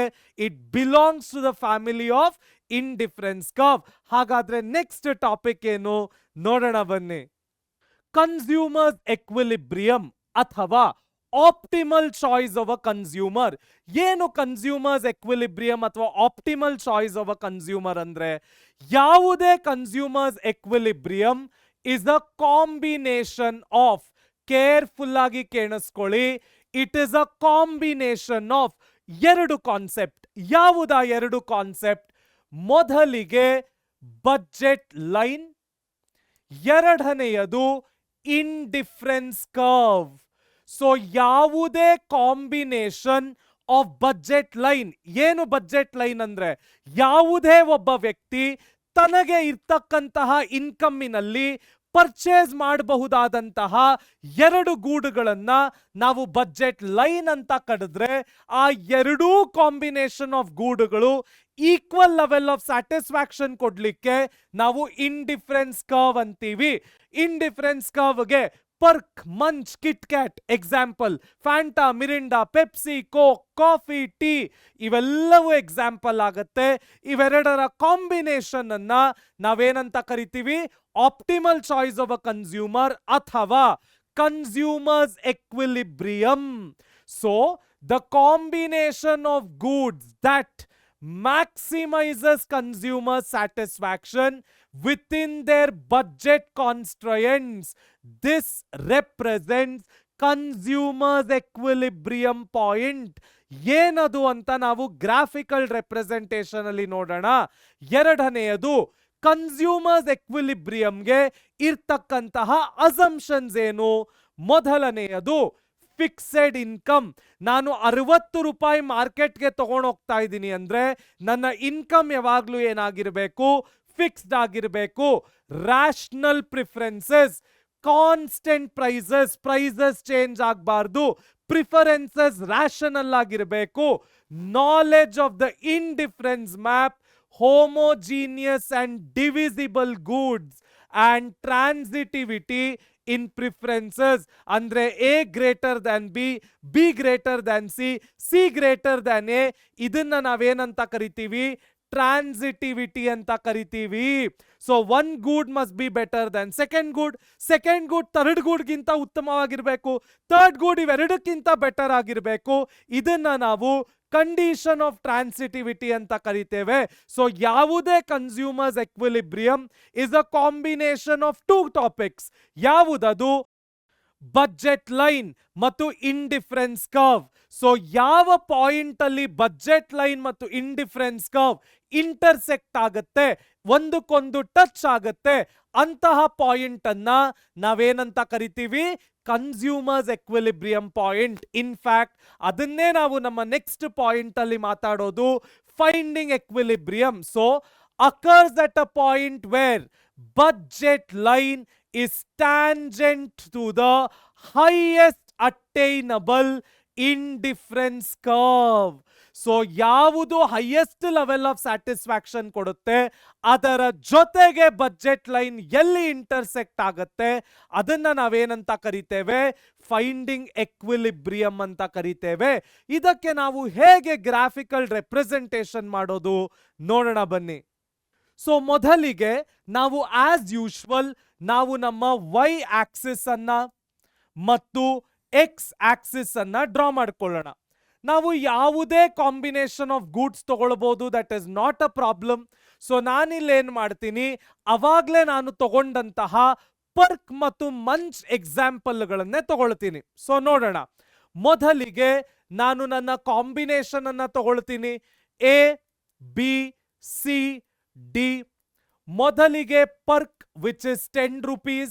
ಅದಾದ ನಂತರ I will take Munch which is 20 rupees. ನಮ್ಮ ಕನ್ಸ್ಯೂಮರ್ನ ಇನ್ಕಮ್ ಎಷ್ಟಿದೆ? 60 ರೂಪಾಯಿ ಇದೆ. ಸೊ ಈ ಒಂದು ಟಾಪಿಕ್ ಅನ್ನ ಇಟ್ಕೊಂಡು ನಾನು ಹೇಗೆ ನನ್ನ ಬಜೆಟ್ ಲೈನ್ ಇಂಡಿಫರೆನ್ಸ್ ಕರ್ವ್ ಮಾಡಿ ಕನ್ಸ್ಯೂಮರ್ಸ್ ಎಕ್ವಿಲಿಬ್ರಿಯಂ ಮಾಡ್ಬೋದು ನೋಡೋಣ. ನಾನು 60 ರೂಪಾಯಲ್ಲಿ 6 ಪರ್ಕನ್ನ ತಗೊಂಡ್ರೆ 0 ಮಂಚ್ ಆಯ್ತು. ನೆಕ್ಸ್ಟ್ 4 ಪರ್ಕ್ ತಗೊಂಡ್ರೆ 20 ರೂಪಾಯಿ ಮಿಗುತ್ತೆ, 1 ಮಂಚ್ ಸಿಗುತ್ತೆ. ನೆಕ್ಸ್ಟ್ 2 ಪರ್ಕ್ ತಗೊಂಡ್ರೆ 40 ರೂಪಾಯಿ ಮಿಗುತ್ತೆ, 2 ಮಂಚ್ ತಗೊಳ್ಬಹುದು. ನೆಕ್ಸ್ಟ್ ನಾನು 0 ಪರ್ಕ್ ಅನ್ನ ತಗೊಂಡ್ರೆ 60 ರೂಪಾಯಿ ನನ್ನ ಕೈಯಲ್ಲಿರುತ್ತೆ, ನಾನೆಷ್ಟು ಮಂಚನ ತಗೊಳ್ಬೋದು? 3 ಮಂಚನ ತಗೊಳ್ಬೋದು. ಈಗ ನಾನಿಲ್ಲಿ ಪರ್ಕ್ ಅನ್ನ ತಗೊಂಡ್ರೆ ನಾನಿಲ್ಲಿ ಏನ್ ತಗೊಳ್ತೇನೆ? ಮಂಚನ್ನ ತಗೊಳ್ತೀನಿ. ಸೊ 1 2 3 4 5 6 1 2 3 ಇದನ್ನ 4 ಮಾಡ್ತೀನಿ. So X Axis 1 centimetre 1 unit ಆದ್ರೆ ನಮ್ಮ ವೈ ಆಕ್ಸಿಸ್ ಕೂಡ 1 ಸೆಂಟಿಮೀಟರ್ ಮತ್ತೊಮ್ಮೆ ಎಷ್ಟಾಗುತ್ತೆ? 1 ಯೂನಿಟ್ ಆಗುತ್ತೆ. ಸೊ ಕಾಂಬಿನೇಷನ್ ಎ 6 ಪರ್ಕ್ ಇದ್ರೆ 0 ಮಂಚಿದೆ. So 6 Perk 0 Munch, 4 Perk 1 Munch. So 4 ಪರ್ಕಿಗೆ 1 ಮಂಚು, 2 ಪರ್ಕಿಗೆ 2 ಮಂಚು, ನೆಕ್ಸ್ಟ್ 0 ಪರ್ಕಿಗೆ 3 ಮಂಚು. ಸೊ ಈ ಲೈನ್ ಅನ್ನ ನಾನು ಇಂಟರ್ಸೆಕ್ಟ್ ಮಾಡಿ ಜಾಯಿನ್ ಮಾಡಿದ್ರೆ ಇದನ್ನ ನಾವೇನಂತ ಕರಿತೀವಿ? ಬಜೆಟ್ ಲೈನ್ ಅಂತ ಕರಿತೀವಿ. ಈಗ ಇದೇ ಕಾಂಬಿನೇಷನ್ಗಳಿಗೆ ಬರ್ತಕ್ಕಂತಹ ಇಂಡಿಫರೆನ್ಸ್ ಕರ್ವ್ಗಳು ಎಲ್ಲಿ ಇಂಟರ್ಸೆಕ್ಟ್ ಆಗುತ್ತೆ, that is the best point for consumer's equilibrium. ಇದನ್ನ ನಾವು ಸುಮ್ಮನೆ ಗೂಡ್ಸ್ ಎಕ್ಸ್ ಗೂಡ್ಸ್ ವೈ ಅಂತ ತಗೊಂಡ್ರೆ ಅರ್ಥ ಮಾಡ್ಕೊಳ್ಳೋದು ಕಷ್ಟ. ನೋಡಿ, ನಾವು ಮುಂಚೆ ಕಲ್ತದ್ದಂತಹ ಒಂದು ಪ್ರಾಕ್ಟಿಕಲ್ ಎಕ್ಸಾಂಪಲ್ ಇಂದಾನೆ ಎಷ್ಟು ಆರಾಮಾಗಿ ಕನ್ಸ್ಯೂಮರ್ಸ್ ಎಕ್ವಿಲಿಬ್ರಿಯಂ ತಗೊಂಡ್ವಿ. And look at the answer. 2 Perk ಮತ್ತು 2 Munch is the best combination. ನಮಗೆ ಸಿ ಏನಾಗುತ್ತೆ? Best combination. ಅಲ್ಲೇ ಕನ್ಸ್ಯೂಮರಿಗೆ ಮ್ಯಾಕ್ಸಿಮಮ್ ಸ್ಯಾಟಿಸ್ಫ್ಯಾಕ್ಷನ್ ಕೆಪಾಸಿಟಿ ಇರ್ತಕ್ಕಂಥದ್ದು. C, perfect. ಸೊ ನೆಕ್ಸ್ಟ್ ಏನ್ ಟಾಪಿಕ್ ಕಲಿಯ ಸಿಗತ್ತೆ ನೋಡೋಣ ಬನ್ನಿ. ನೆಕ್ಸ್ಟ್ ಬಹಳ ಇಂಪಾರ್ಟೆಂಟ್ ಆದಂತಹ ಟಾಪಿಕ್ ಡಿಮಾಂಡ್ ಅನಾಲಿಸಿಸ್. ಏನು ಡಿಮಾಂಡ್ ಅನಾಲಿಸಿಸ್ ಅಂದ್ರೆ ಅರ್ಥ? ನಾನೊಂದು ನಿಮಗೆ ಜನರೇಷನ್ ಇಂದ ಬಂದಿರತಕ್ಕಂತಹ ಒಂದು ಹಳೇದಾದ ಡೆಫಿನಿಷನ್ ಹೇಳ್ತೀನಿ, ಕೇರ್ಫುಲ್ ಆಗಿ ಕೇಳಿಸ್ಕೊಳ್ಳಿ. What is demand? Demand is the desire of a person backed by money. ಮತ್ತೊಮ್ಮೆ ಹೇಳ್ತೀನಿ, what is a demand? Demand is the desire of a person backed by money. ಅಂದ್ರೆ ಏನರ್ಥ? ಯಾವುದೇ ಒಬ್ಬ ವ್ಯಕ್ತಿಯ ಆಸೆಗಳನ್ನ ನಾವು ದುಡ್ಡಿನಿಂದ ಬ್ಯಾಕಪ್ ಮಾಡಿದ್ರೆ ಅದರಿಂದ ಕ್ರಿಯೇಟ್ ಆಗ್ತಕ್ಕಂತಹ ಎಫೆಕ್ಟ್ ಅನ್ನ ನಾವೇನಂತ ಕರಿತೀವಿ? ಡಿಮಾಂಡ್ ಅಂತ ಕರಿತೀವಿ. Quantity of goods a consumer is willing to purchase at a specific price and at specific times, ಅದನ್ನ ನಾವೇನಂತೀವಿ? ಡಿಮಾಂಡ್. ಮತ್ತಷ್ಟು ಸಿಂಪ್ಲರ್ ಆಗಿ ನಾನು ಹೇಳಿದ ಹಾಗೆ, demand is the desire of a person backed by money. ಯಾವುದೇ ಒಬ್ಬ ವ್ಯಕ್ತಿ ಅವನ ಆಸೆಗಳನ್ನ ತನ್ನ ದುಡ್ಡಿನಿಂದ ಬ್ಯಾಕಪ್ ಮಾಡಿ at a particular price at a particular time ಅದನ್ನ ಪರ್ಚೇಸ್ ಮಾಡ್ಲಿಕ್ಕೆ ಹೊರಟ್ರೆ, ಗೂಡ್ಸ್ ಅನ್ನ ತಗೊಳ್ಳಿಕ್ಕೆ ಹೊರಟ್ರೆ ಅದಕ್ಕೆ ನಾವೇನಂತ ಕರಿತೀವಿ? ಡಿಮಾಂಡ್ ಅಂತ ಕರಿತೀವಿ. ಹಾಗಾದ್ರೆ ಕಾಂಪೋನೆಂಟ್ಸ್ ಆಫ್ ಡಿಮಾಂಡ್ ಯಾವುದು? ಇದನ್ನ ನಾನು ನಿಮಗೆ ಕನ್ಸ್ಯೂಮರ್ ಬಗ್ಗೆ ಎಕ್ಸ್ಪ್ಲೈನ್ ಮಾಡಬೇಕಾದ್ರೆ ಕೂಡ ಹೇಳಿದ್ದೆ. Desire to buy, ability to buy, willingness to pay. Desire to buy, ability to buy, willingness to pay. ಇದನ್ನ ನಾವೇನಂತ ಕರಿತೀವಿ? Components of demand. ನನಗೆ ತಗೊಳ್ಳಿಕ್ಕೆ ಆಸೆ ಇರಬೇಕು, ಆಸೆ ಇದ್ಮೇಲೆ ಕಟ್ಟೋ ಅಂತಹ ಮನಸ್ಸಿರಬೇಕು, ಆಸೆ ಮನಸ್ಸು ಇದ್ಮೇಲೆ ತಗೊಳ್ಳೋ ಅಂತಹ ಯೋಗ್ಯತೆನೂ ಇರಬೇಕು. ಅದಕ್ಕೆ ನಾವೇನಂತ ಕರಿತೀವಿ? ಕಾಂಪೋನೆಂಟ್ಸ್ ಆಫ್ ಡಿಮಾಂಡ್ ಅಂತ ಕರಿತೀವಿ. ಹಾಗಾದರೆ ಡಿಮಾಂಡ್ ಅನ್ನ ಡಿಟರ್ಮೈನ್ ಮಾಡೋ ಫ್ಯಾಕ್ಟರ್ಗಳು ಯಾವುದು? ಈಗ ಡಿಮಾಂಡ್ ಜಾಸ್ತಿ ಆಗ್ತಾ ಇದೆಯೋ, ಡಿಮಾಂಡ್ ಕಡಿಮೆ ಆಗ್ತಾ ಇದೆಯೋ, ಡಿಮಾಂಡ್ ಅನ್ನ ಅನಲೈಸ್ ಮಾಡಿ ಅದನ್ನ ಡಿಟರ್ಮೈನ್ ಮಾಡೋ ಅಂತ ಫ್ಯಾಕ್ಟರ್ಗಳು ಯಾವುದು? ಮೊದಲನೆಯದು ಪ್ರೈಸಸ್ ಆಫ್ ದ ಗೂಡ್ಸ್, ಎರಡನೆಯದು ಪ್ರೈಸಸ್ ಆಫ್ ದ ಸಬ್ಸ್ಟಿಟ್ಯೂಟ್, ಮೂರನೆಯದು ಕನ್ಸ್ಯೂಮರ್ ಇನ್ಕಮ್, ನಾಲ್ಕನೆಯದು ಕನ್ಸ್ಯೂಮರ್ ಪ್ರಿಫರೆನ್ಸಸ್. ಇದನ್ನ ನಾನು ನಿಮಗೆ ಸಿಂಪಲ್ ಆಗಿ ಹೇಳಬೇಕು ಅಂದ್ರೆ, ಯಾವುದೇ ಒಂದು ಡಿಮಾಂಡ್ ಅನ್ನ price effect, income effect, substitution effect ಮತ್ತು ಕನ್ಸ್ಯೂಮರ್ ಪ್ರಿಫರೆನ್ಸಸ್ ಡಿಟರ್ಮೈನ್ ಮಾಡುತ್ತೆ. ಸೊ ಮಾರ್ಕೆಟಿನಲ್ಲಿ ಡಿಮಾಂಡ್ ಇದೆಯೋ ಇಲ್ವೋ ಅಂತ price effect, substitution effect, income effect ಮತ್ತು ಕನ್ಸ್ಯೂಮರ್ ಪ್ರಿಫರೆನ್ಸಸ್ ಏನಿದೆ ಅದರ ಮುಖೇನ ಡಿಸೈಡ್ ಆಗುತ್ತೆ. ಅದಕ್ಕೆ ನಾವೇನಂತೀವಿ, ಡಿಟರ್ಮಿನೆಂಟ್ಸ್ ಆಫ್ ಡಿಮಾಂಡ್ ಅಂತೀವಿ. ಹಾಗಾದರೆ ಲಾ ಆಫ್ ಡಿಮಾಂಡ್ ಏನು? ಕೇರ್ಫುಲ್ ಆಗಿ ಕೇಳಿಸ್ಕೊಳ್ಳಿ. ಲಾ ಆಫ್ ಡಿಮಾಂಡ್ ಹೇಳುತ್ತೆ, ವೆರಿ ವೆರಿ ಇಂಪಾರ್ಟೆಂಟ್, ನಾವು ಯಾವಾಗ್ಲೂ ಡಿಮಾಂಡ್ ಅನ್ನ ಕನ್ಸ್ಯೂಮರ್ಸ್ ಪಾಯಿಂಟ್ ಆಫ್ ವ್ಯೂ ಇಂದ ನೋಡ್ಬೇಕಾಗತ್ತೆ. So consumer's point of view ಏನ್ ಹೇಳುತ್ತೆ? When the price increases demand decreases. ಬೆಲೆಗಳು ಯಾವಾಗ ಜಾಸ್ತಿ ಆಗುತ್ತೆ ಆ ಪದಾರ್ಥಕ್ಕೆ ಮಾರ್ಕೆಟಿನಲ್ಲಿ ಡಿಮಾಂಡ್ ಸಾಮಾನ್ಯವಾಗಿ ಏನಾಗುತ್ತೆ? ಕಡಿಮೆ ಆಗುತ್ತೆ. ಅದೇ ರೀತಿಯಲ್ಲಿ when the price comes down demand ಏನಾಗುತ್ತೆ? ಜಾಸ್ತಿ ಆಗುತ್ತೆ. ಇದಕ್ಕೆ ನಾನು ನಿಮ್ಗೊಂದು ಪ್ರಾಕ್ಟಿಕಲ್ ಎಕ್ಸಾಂಪಲ್ ಕೊಡಬೇಕು ಅಂದ್ರೆ, ಈಗ ತಾನೇ 1.5 ವರ್ಷಕ್ಕೆ ಮುಂಚೆ ಟೊಮ್ಯಾಟೋಗಳ ಬೆಲೆ ಗಗನಕ್ಕೇರಿತ್ತು. ಟೊಮ್ಯಾಟೋವಿನ ಡಿಮಾಂಡ್ ಏನಾಯ್ತು? ಕಡಿಮೆ ಆಯ್ತು. ಯಾಕೆ ಅಂದ್ರೆ ಜನವೆಲ್ಲರೂ ಟೊಮ್ಯಾಟೊ ಬದಲಿಗೆ ಹುಣಸೆ ಹಣ್ಣನ್ನ ಉಪಯೋಗಿಸ್ಲಿಕ್ಕೆ ಶುರು ಮಾಡಿದ್ರು, ಸಬ್ಸ್ಟಿಟ್ಯೂಟ್ಗಳನ್ನ ಉಪಯೋಗಿಸ್ಲಿಕ್ಕೆ ಶುರು ಮಾಡಿದ್ರು. ಟೊಮ್ಯಾಟೋವಿನ ಡಿಮಾಂಡ್ ಏನಾಯ್ತು? ಕಡಿಮೆ ಆಯ್ತು. ಟೊಮ್ಯಾಟೊ ಬೆಲೆ ಕಡಿಮೆ ಆಗ್ತಾ ಇದ್ದಂಗೆ ಈಗ ವಾಪಸ್ ಜನ ಅದೇ ಪ್ರಾಡಕ್ಟಿಗೆ, ಅದೇ ತರಕಾರಿಗೆ ಶಿಫ್ಟ್ ಆಗಿದ್ದಾರೆ. ಪ್ರೈಸಸ್ ಕಡಿಮೆ ಆಯ್ತು, ಡಿಮಾಂಡ್ ಏನಾಗ್ತಾ ಇದೆ? ಜಾಸ್ತಿ ಆಗ್ತಾ ಇದೆ. ಸೊ ಲಾ ಆಫ್ ಡಿಮಾಂಡ್ ಏನ್ ಹೇಳುತ್ತೆ? ಇದನ್ನ ನಾವು ಕನ್ಸ್ಯೂಮರ್ಸ್ ಪಾಯಿಂಟ್ ಆಫ್ ವ್ಯೂ ಇಂದಾನೇ ಯೋಚನೆ ಮಾಡಬೇಕು. ಬೆಲೆಗಳು ಕಡಿಮೆ ಆದಾಗ ಯಾವಾಗ್ಲೂ ಡಿಮಾಂಡ್ ಜಾಸ್ತಿ ಆಗುತ್ತೆ. ಬೆಲೆಗಳು ಜಾಸ್ತಿ ಆದಾಗ ಡಿಮಾಂಡ್ ಯಾವಾಗ್ಲೂ ಏನಾಗುತ್ತೆ? ಕಡಿಮೆ ಆಗುತ್ತೆ. That is called as the law of demand. ಹಾಗಾದ್ರೆ ನೆಕ್ಸ್ಟ್ ಏನು ಟಾಪಿಕ್ ಕಲಿಯ ಸಿಗತ್ತೆ ನೋಡೋಣ ಬನ್ನಿ. ನಮ್ಮ ಡಿಮಾಂಡ್ ಅನ್ನ ನಾವು ಹೇಗೆ ರೆಪ್ರೆಸೆಂಟ್ ಮಾಡೋದು? Very simple. ನಾವು ನಮ್ಮ ಪ್ರೈಸಸ್ ಅನ್ನ ತಗೊಳ್ಳೋಣ ಮತ್ತು ನಮ್ಮ ಡಿಮಾಂಡ್ ಅನ್ನ ತಗೊಳ್ಳೋಣ. ಪ್ರೈಸಸ್ ಜಾಸ್ತಿ ಆದಂತೆಲ್ಲ ನಮ್ಮ ಡಿಮಾಂಡ್ ಯಾವಾಗ್ಲೂ ಏನಾಗುತ್ತೆ? ಕಡಿಮೆ ಆಗುತ್ತೆ. ಸೊ 50 ರೂಪಾಯಿ ಇದ್ದಾಗ ಡಿಮಾಂಡ್ 10 ಇತ್ತು, 20, 30, 40, 50. ಸೊ ಬೆಲೆ ಕಡಿಮೆ ಇದ್ದಾಗ ಡಿಮಾಂಡ್ ಜಾಸ್ತಿ ಇದೆ, ಬೆಲೆ ಜಾಸ್ತಿ ಇದ್ದಾಗ ಡಿಮಾಂಡ್ ಏನಿದೆ? ಕಡಿಮೆ ಇದೆ. ಇದನ್ನ ನಾವು ರೆಪ್ರೆಸೆಂಟ್ ಮಾಡೋದಾದ್ರೆ this is our Y axis and this is our X axis. ಇಲ್ಲಿ ನಾವು ಪ್ರೈಸಸ್ ಅನ್ನ ತಗೊಳ್ಳೋದಾದ್ರೆ ಇಲ್ಲಿ ನಾವು ನಮ್ಮ ಡಿಮಾಂಡ್ ಅನ್ನ ತೆಗೆದುಕೊಳ್ಬಹುದು. ಸೊ 10, 20, 30, 40 ಮತ್ತು 50. 10, 20, 30, 40 ಮತ್ತು 50. ಈಗ 10, 50. ಸೊ 10 ರೂಪಾಯಿ ಬೆಲೆ ಇದ್ದಾಗ ನಮ್ಮ ಡಿಮಾಂಡ್ ಎಷ್ಟಿದೆ? 50 ಇದೆ. 20 ರೂಪಾಯಿ ಬೆಲೆ ಇದ್ದಾಗ 40 ಆಯ್ತು. 30 ರೂಪಾಯಿ ಬೆಲೆ ಇದ್ದಾಗ 30 ಆಯ್ತು. 40 ರೂಪಾಯಿ ಬೆಲೆ ಇದ್ದಾಗ 20 ಆಯ್ತು. 10 ರೂಪಾಯಿ ಬೆಲೆ ಇದ್ದಾಗ 10 ಆಯ್ತು. ನಾವು ಈ ಪಾಯಿಂಟ್ಸ್ ಅನ್ನೆಲ್ಲ ಜಾಯಿನ್ ಮಾಡಿದ್ರೆ ನಮಗೆ ಸಿಕ್ತಕ್ಕಂತಹ ಕರ್ವ್ ಅನ್ನ ನಾವೇನಂತೀವಿ? ಡಿಮಾಂಡ್ ಕರ್ವ್ ಅಂತೀವಿ.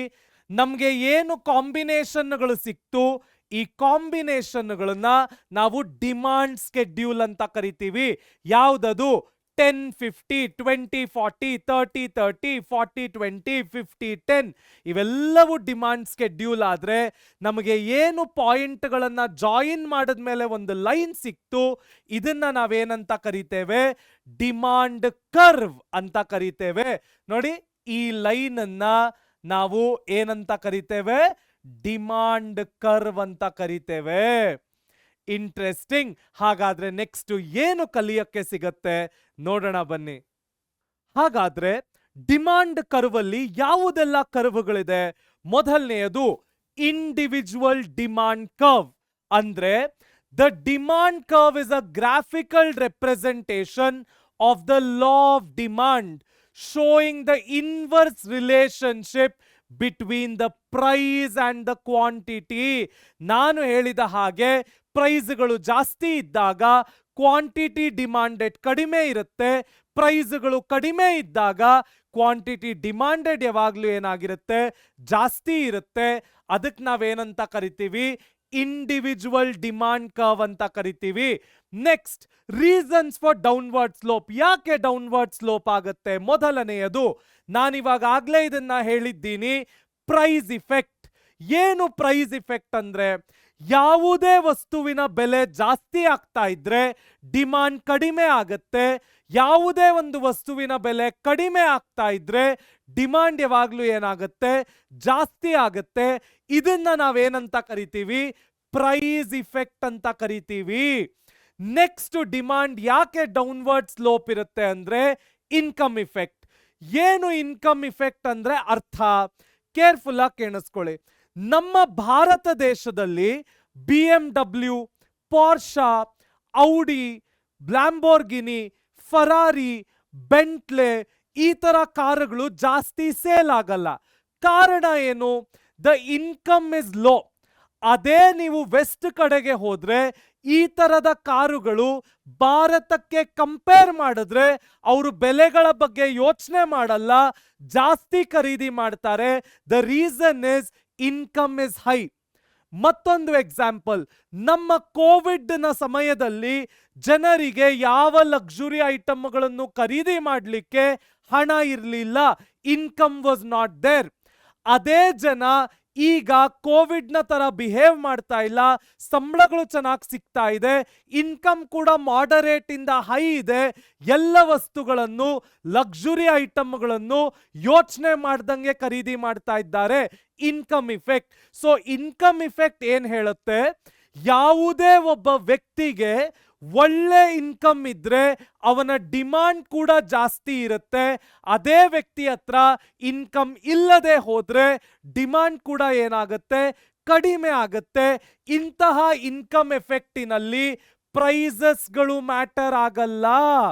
ಅವನು ಹೇಳ್ತಾನೆ, lower prices increases the real income enabling more purchases. So ಯಾವಾಗ ಲೋವರ್ ಪ್ರೈಸಸ್ ಇರುತ್ತೆ ಅಥವಾ ಪ್ರೈಸಸ್ಸೇ ಮ್ಯಾಟರ್ ಆಗಲ್ಲ, ಆದ್ರೆ ವ್ಯಕ್ತಿಯ ಇನ್ಕಮ್ ಚೆನ್ನಾಗಿರುತ್ತೆ, ಅವಾಗ ಏನಾಗುತ್ತೆ, ಇನ್ಕಮ್ ಇಫೆಕ್ಟ್ ಕ್ರಿಯೇಟ್ ಆಗುತ್ತೆ. ಸೊ ಇನ್ಕಮ್ ಜಾಸ್ತಿ ಇದ್ರೆ ಡಿಮಾಂಡ್ ಕೂಡ ಜಾಸ್ತಿ ಇರುತ್ತೆ. ಇನ್ಕಮ್ ಕಡಿಮೆ ಇದ್ದಾಗ ಡಿಮಾಂಡ್ ಕೂಡ ಏನಾಗುತ್ತೆ, ಕಡಿಮೆ ಆಗತ್ತೆ.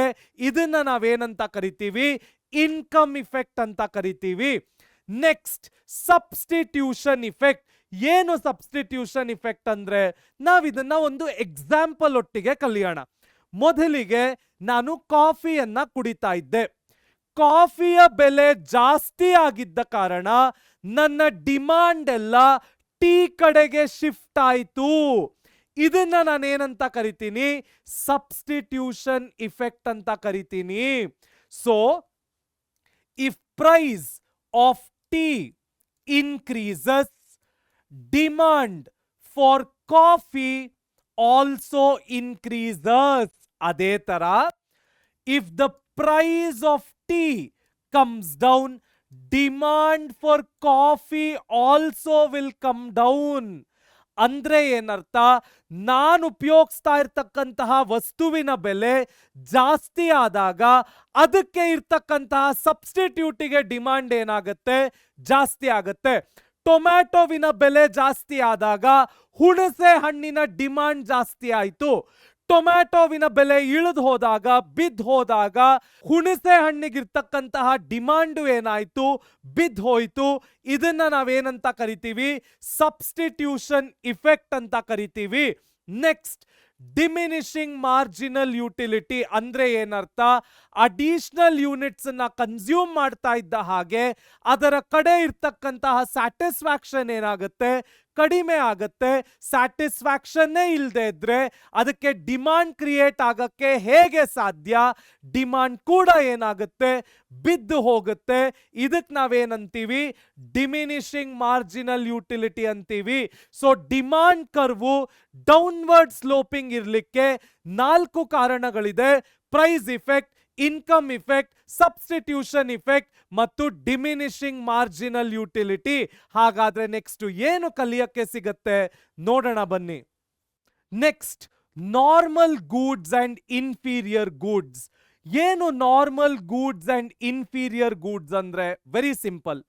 ಯಾವುದೇ ಒಬ್ಬ ವ್ಯಕ್ತಿಯ ಇನ್ಕಮ್ ಜಾಸ್ತಿ ಇದ್ದಾಗ ಆ ವ್ಯಕ್ತಿ ಡಿಮಾಂಡ್ ಮಾಡ್ತಕ್ಕಂತಹ ಲಕ್ಸುರಿ ಗೂಡ್ಸ್ಗೆ ನಾವೇನಂತ ಕರಿತೀವಿ? ನಾರ್ಮಲ್ ಗೂಡ್ಸ್ ಅಂತ ಕರಿತೀವಿ. ಅಂದ್ರೆ ಇನ್ಕಮ್ ಜಾಸ್ತಿ ಇದ್ದಾಗ ಇಂತಹ ಗೂಡ್ಸ್ಗೆ ಡಿಮಾಂಡ್ ಕೂಡ ಜಾಸ್ತಿ ಇರುತ್ತೆ. ಇನ್ಕಮ್ ಕಡಿಮೆ ಆದಾಗ ಇಂತಹ ಗೂಡ್ಸ್ಗೆ ಡಿಮಾಂಡ್ ಕೂಡ ಕಡಿಮೆ ಆಗುತ್ತೆ. ಅದಕ್ಕೆ ನಾವೇನಂತ ಕರಿತೀವಿ? ನಾರ್ಮಲ್ ಗೂಡ್ಸ್ ಅಂತ ಕರಿತೀವಿ.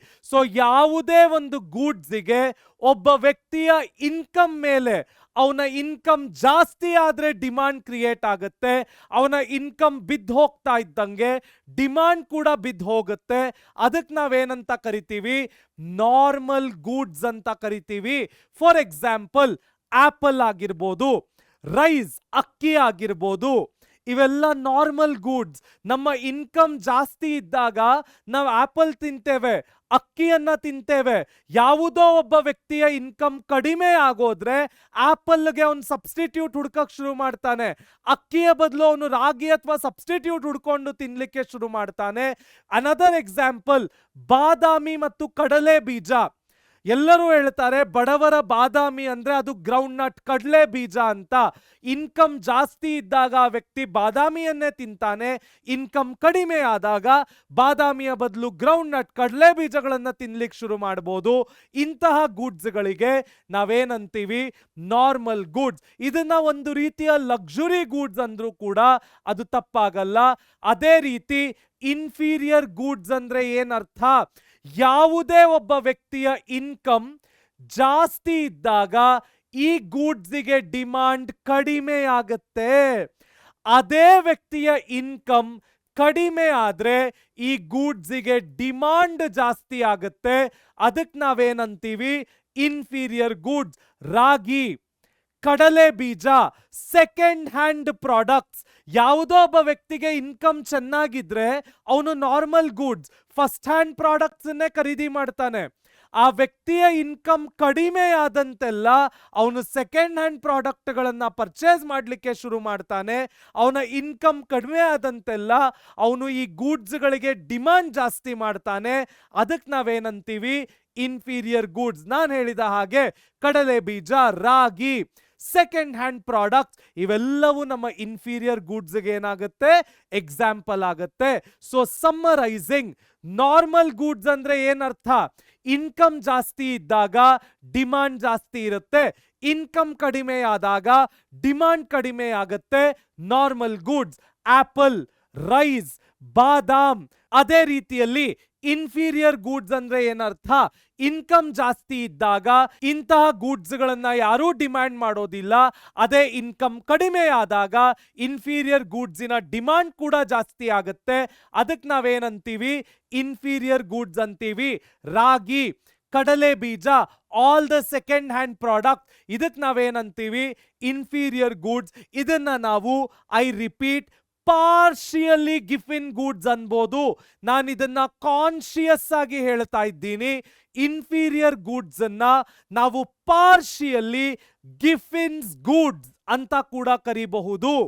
ನೆಕ್ಸ್ಟ್ ಏನು ಕಲಿಯಕ್ಕೆ ಸಿಗತ್ತೆ ನೋಡೋಣ ಬನ್ನಿ. Substitutes and compliments.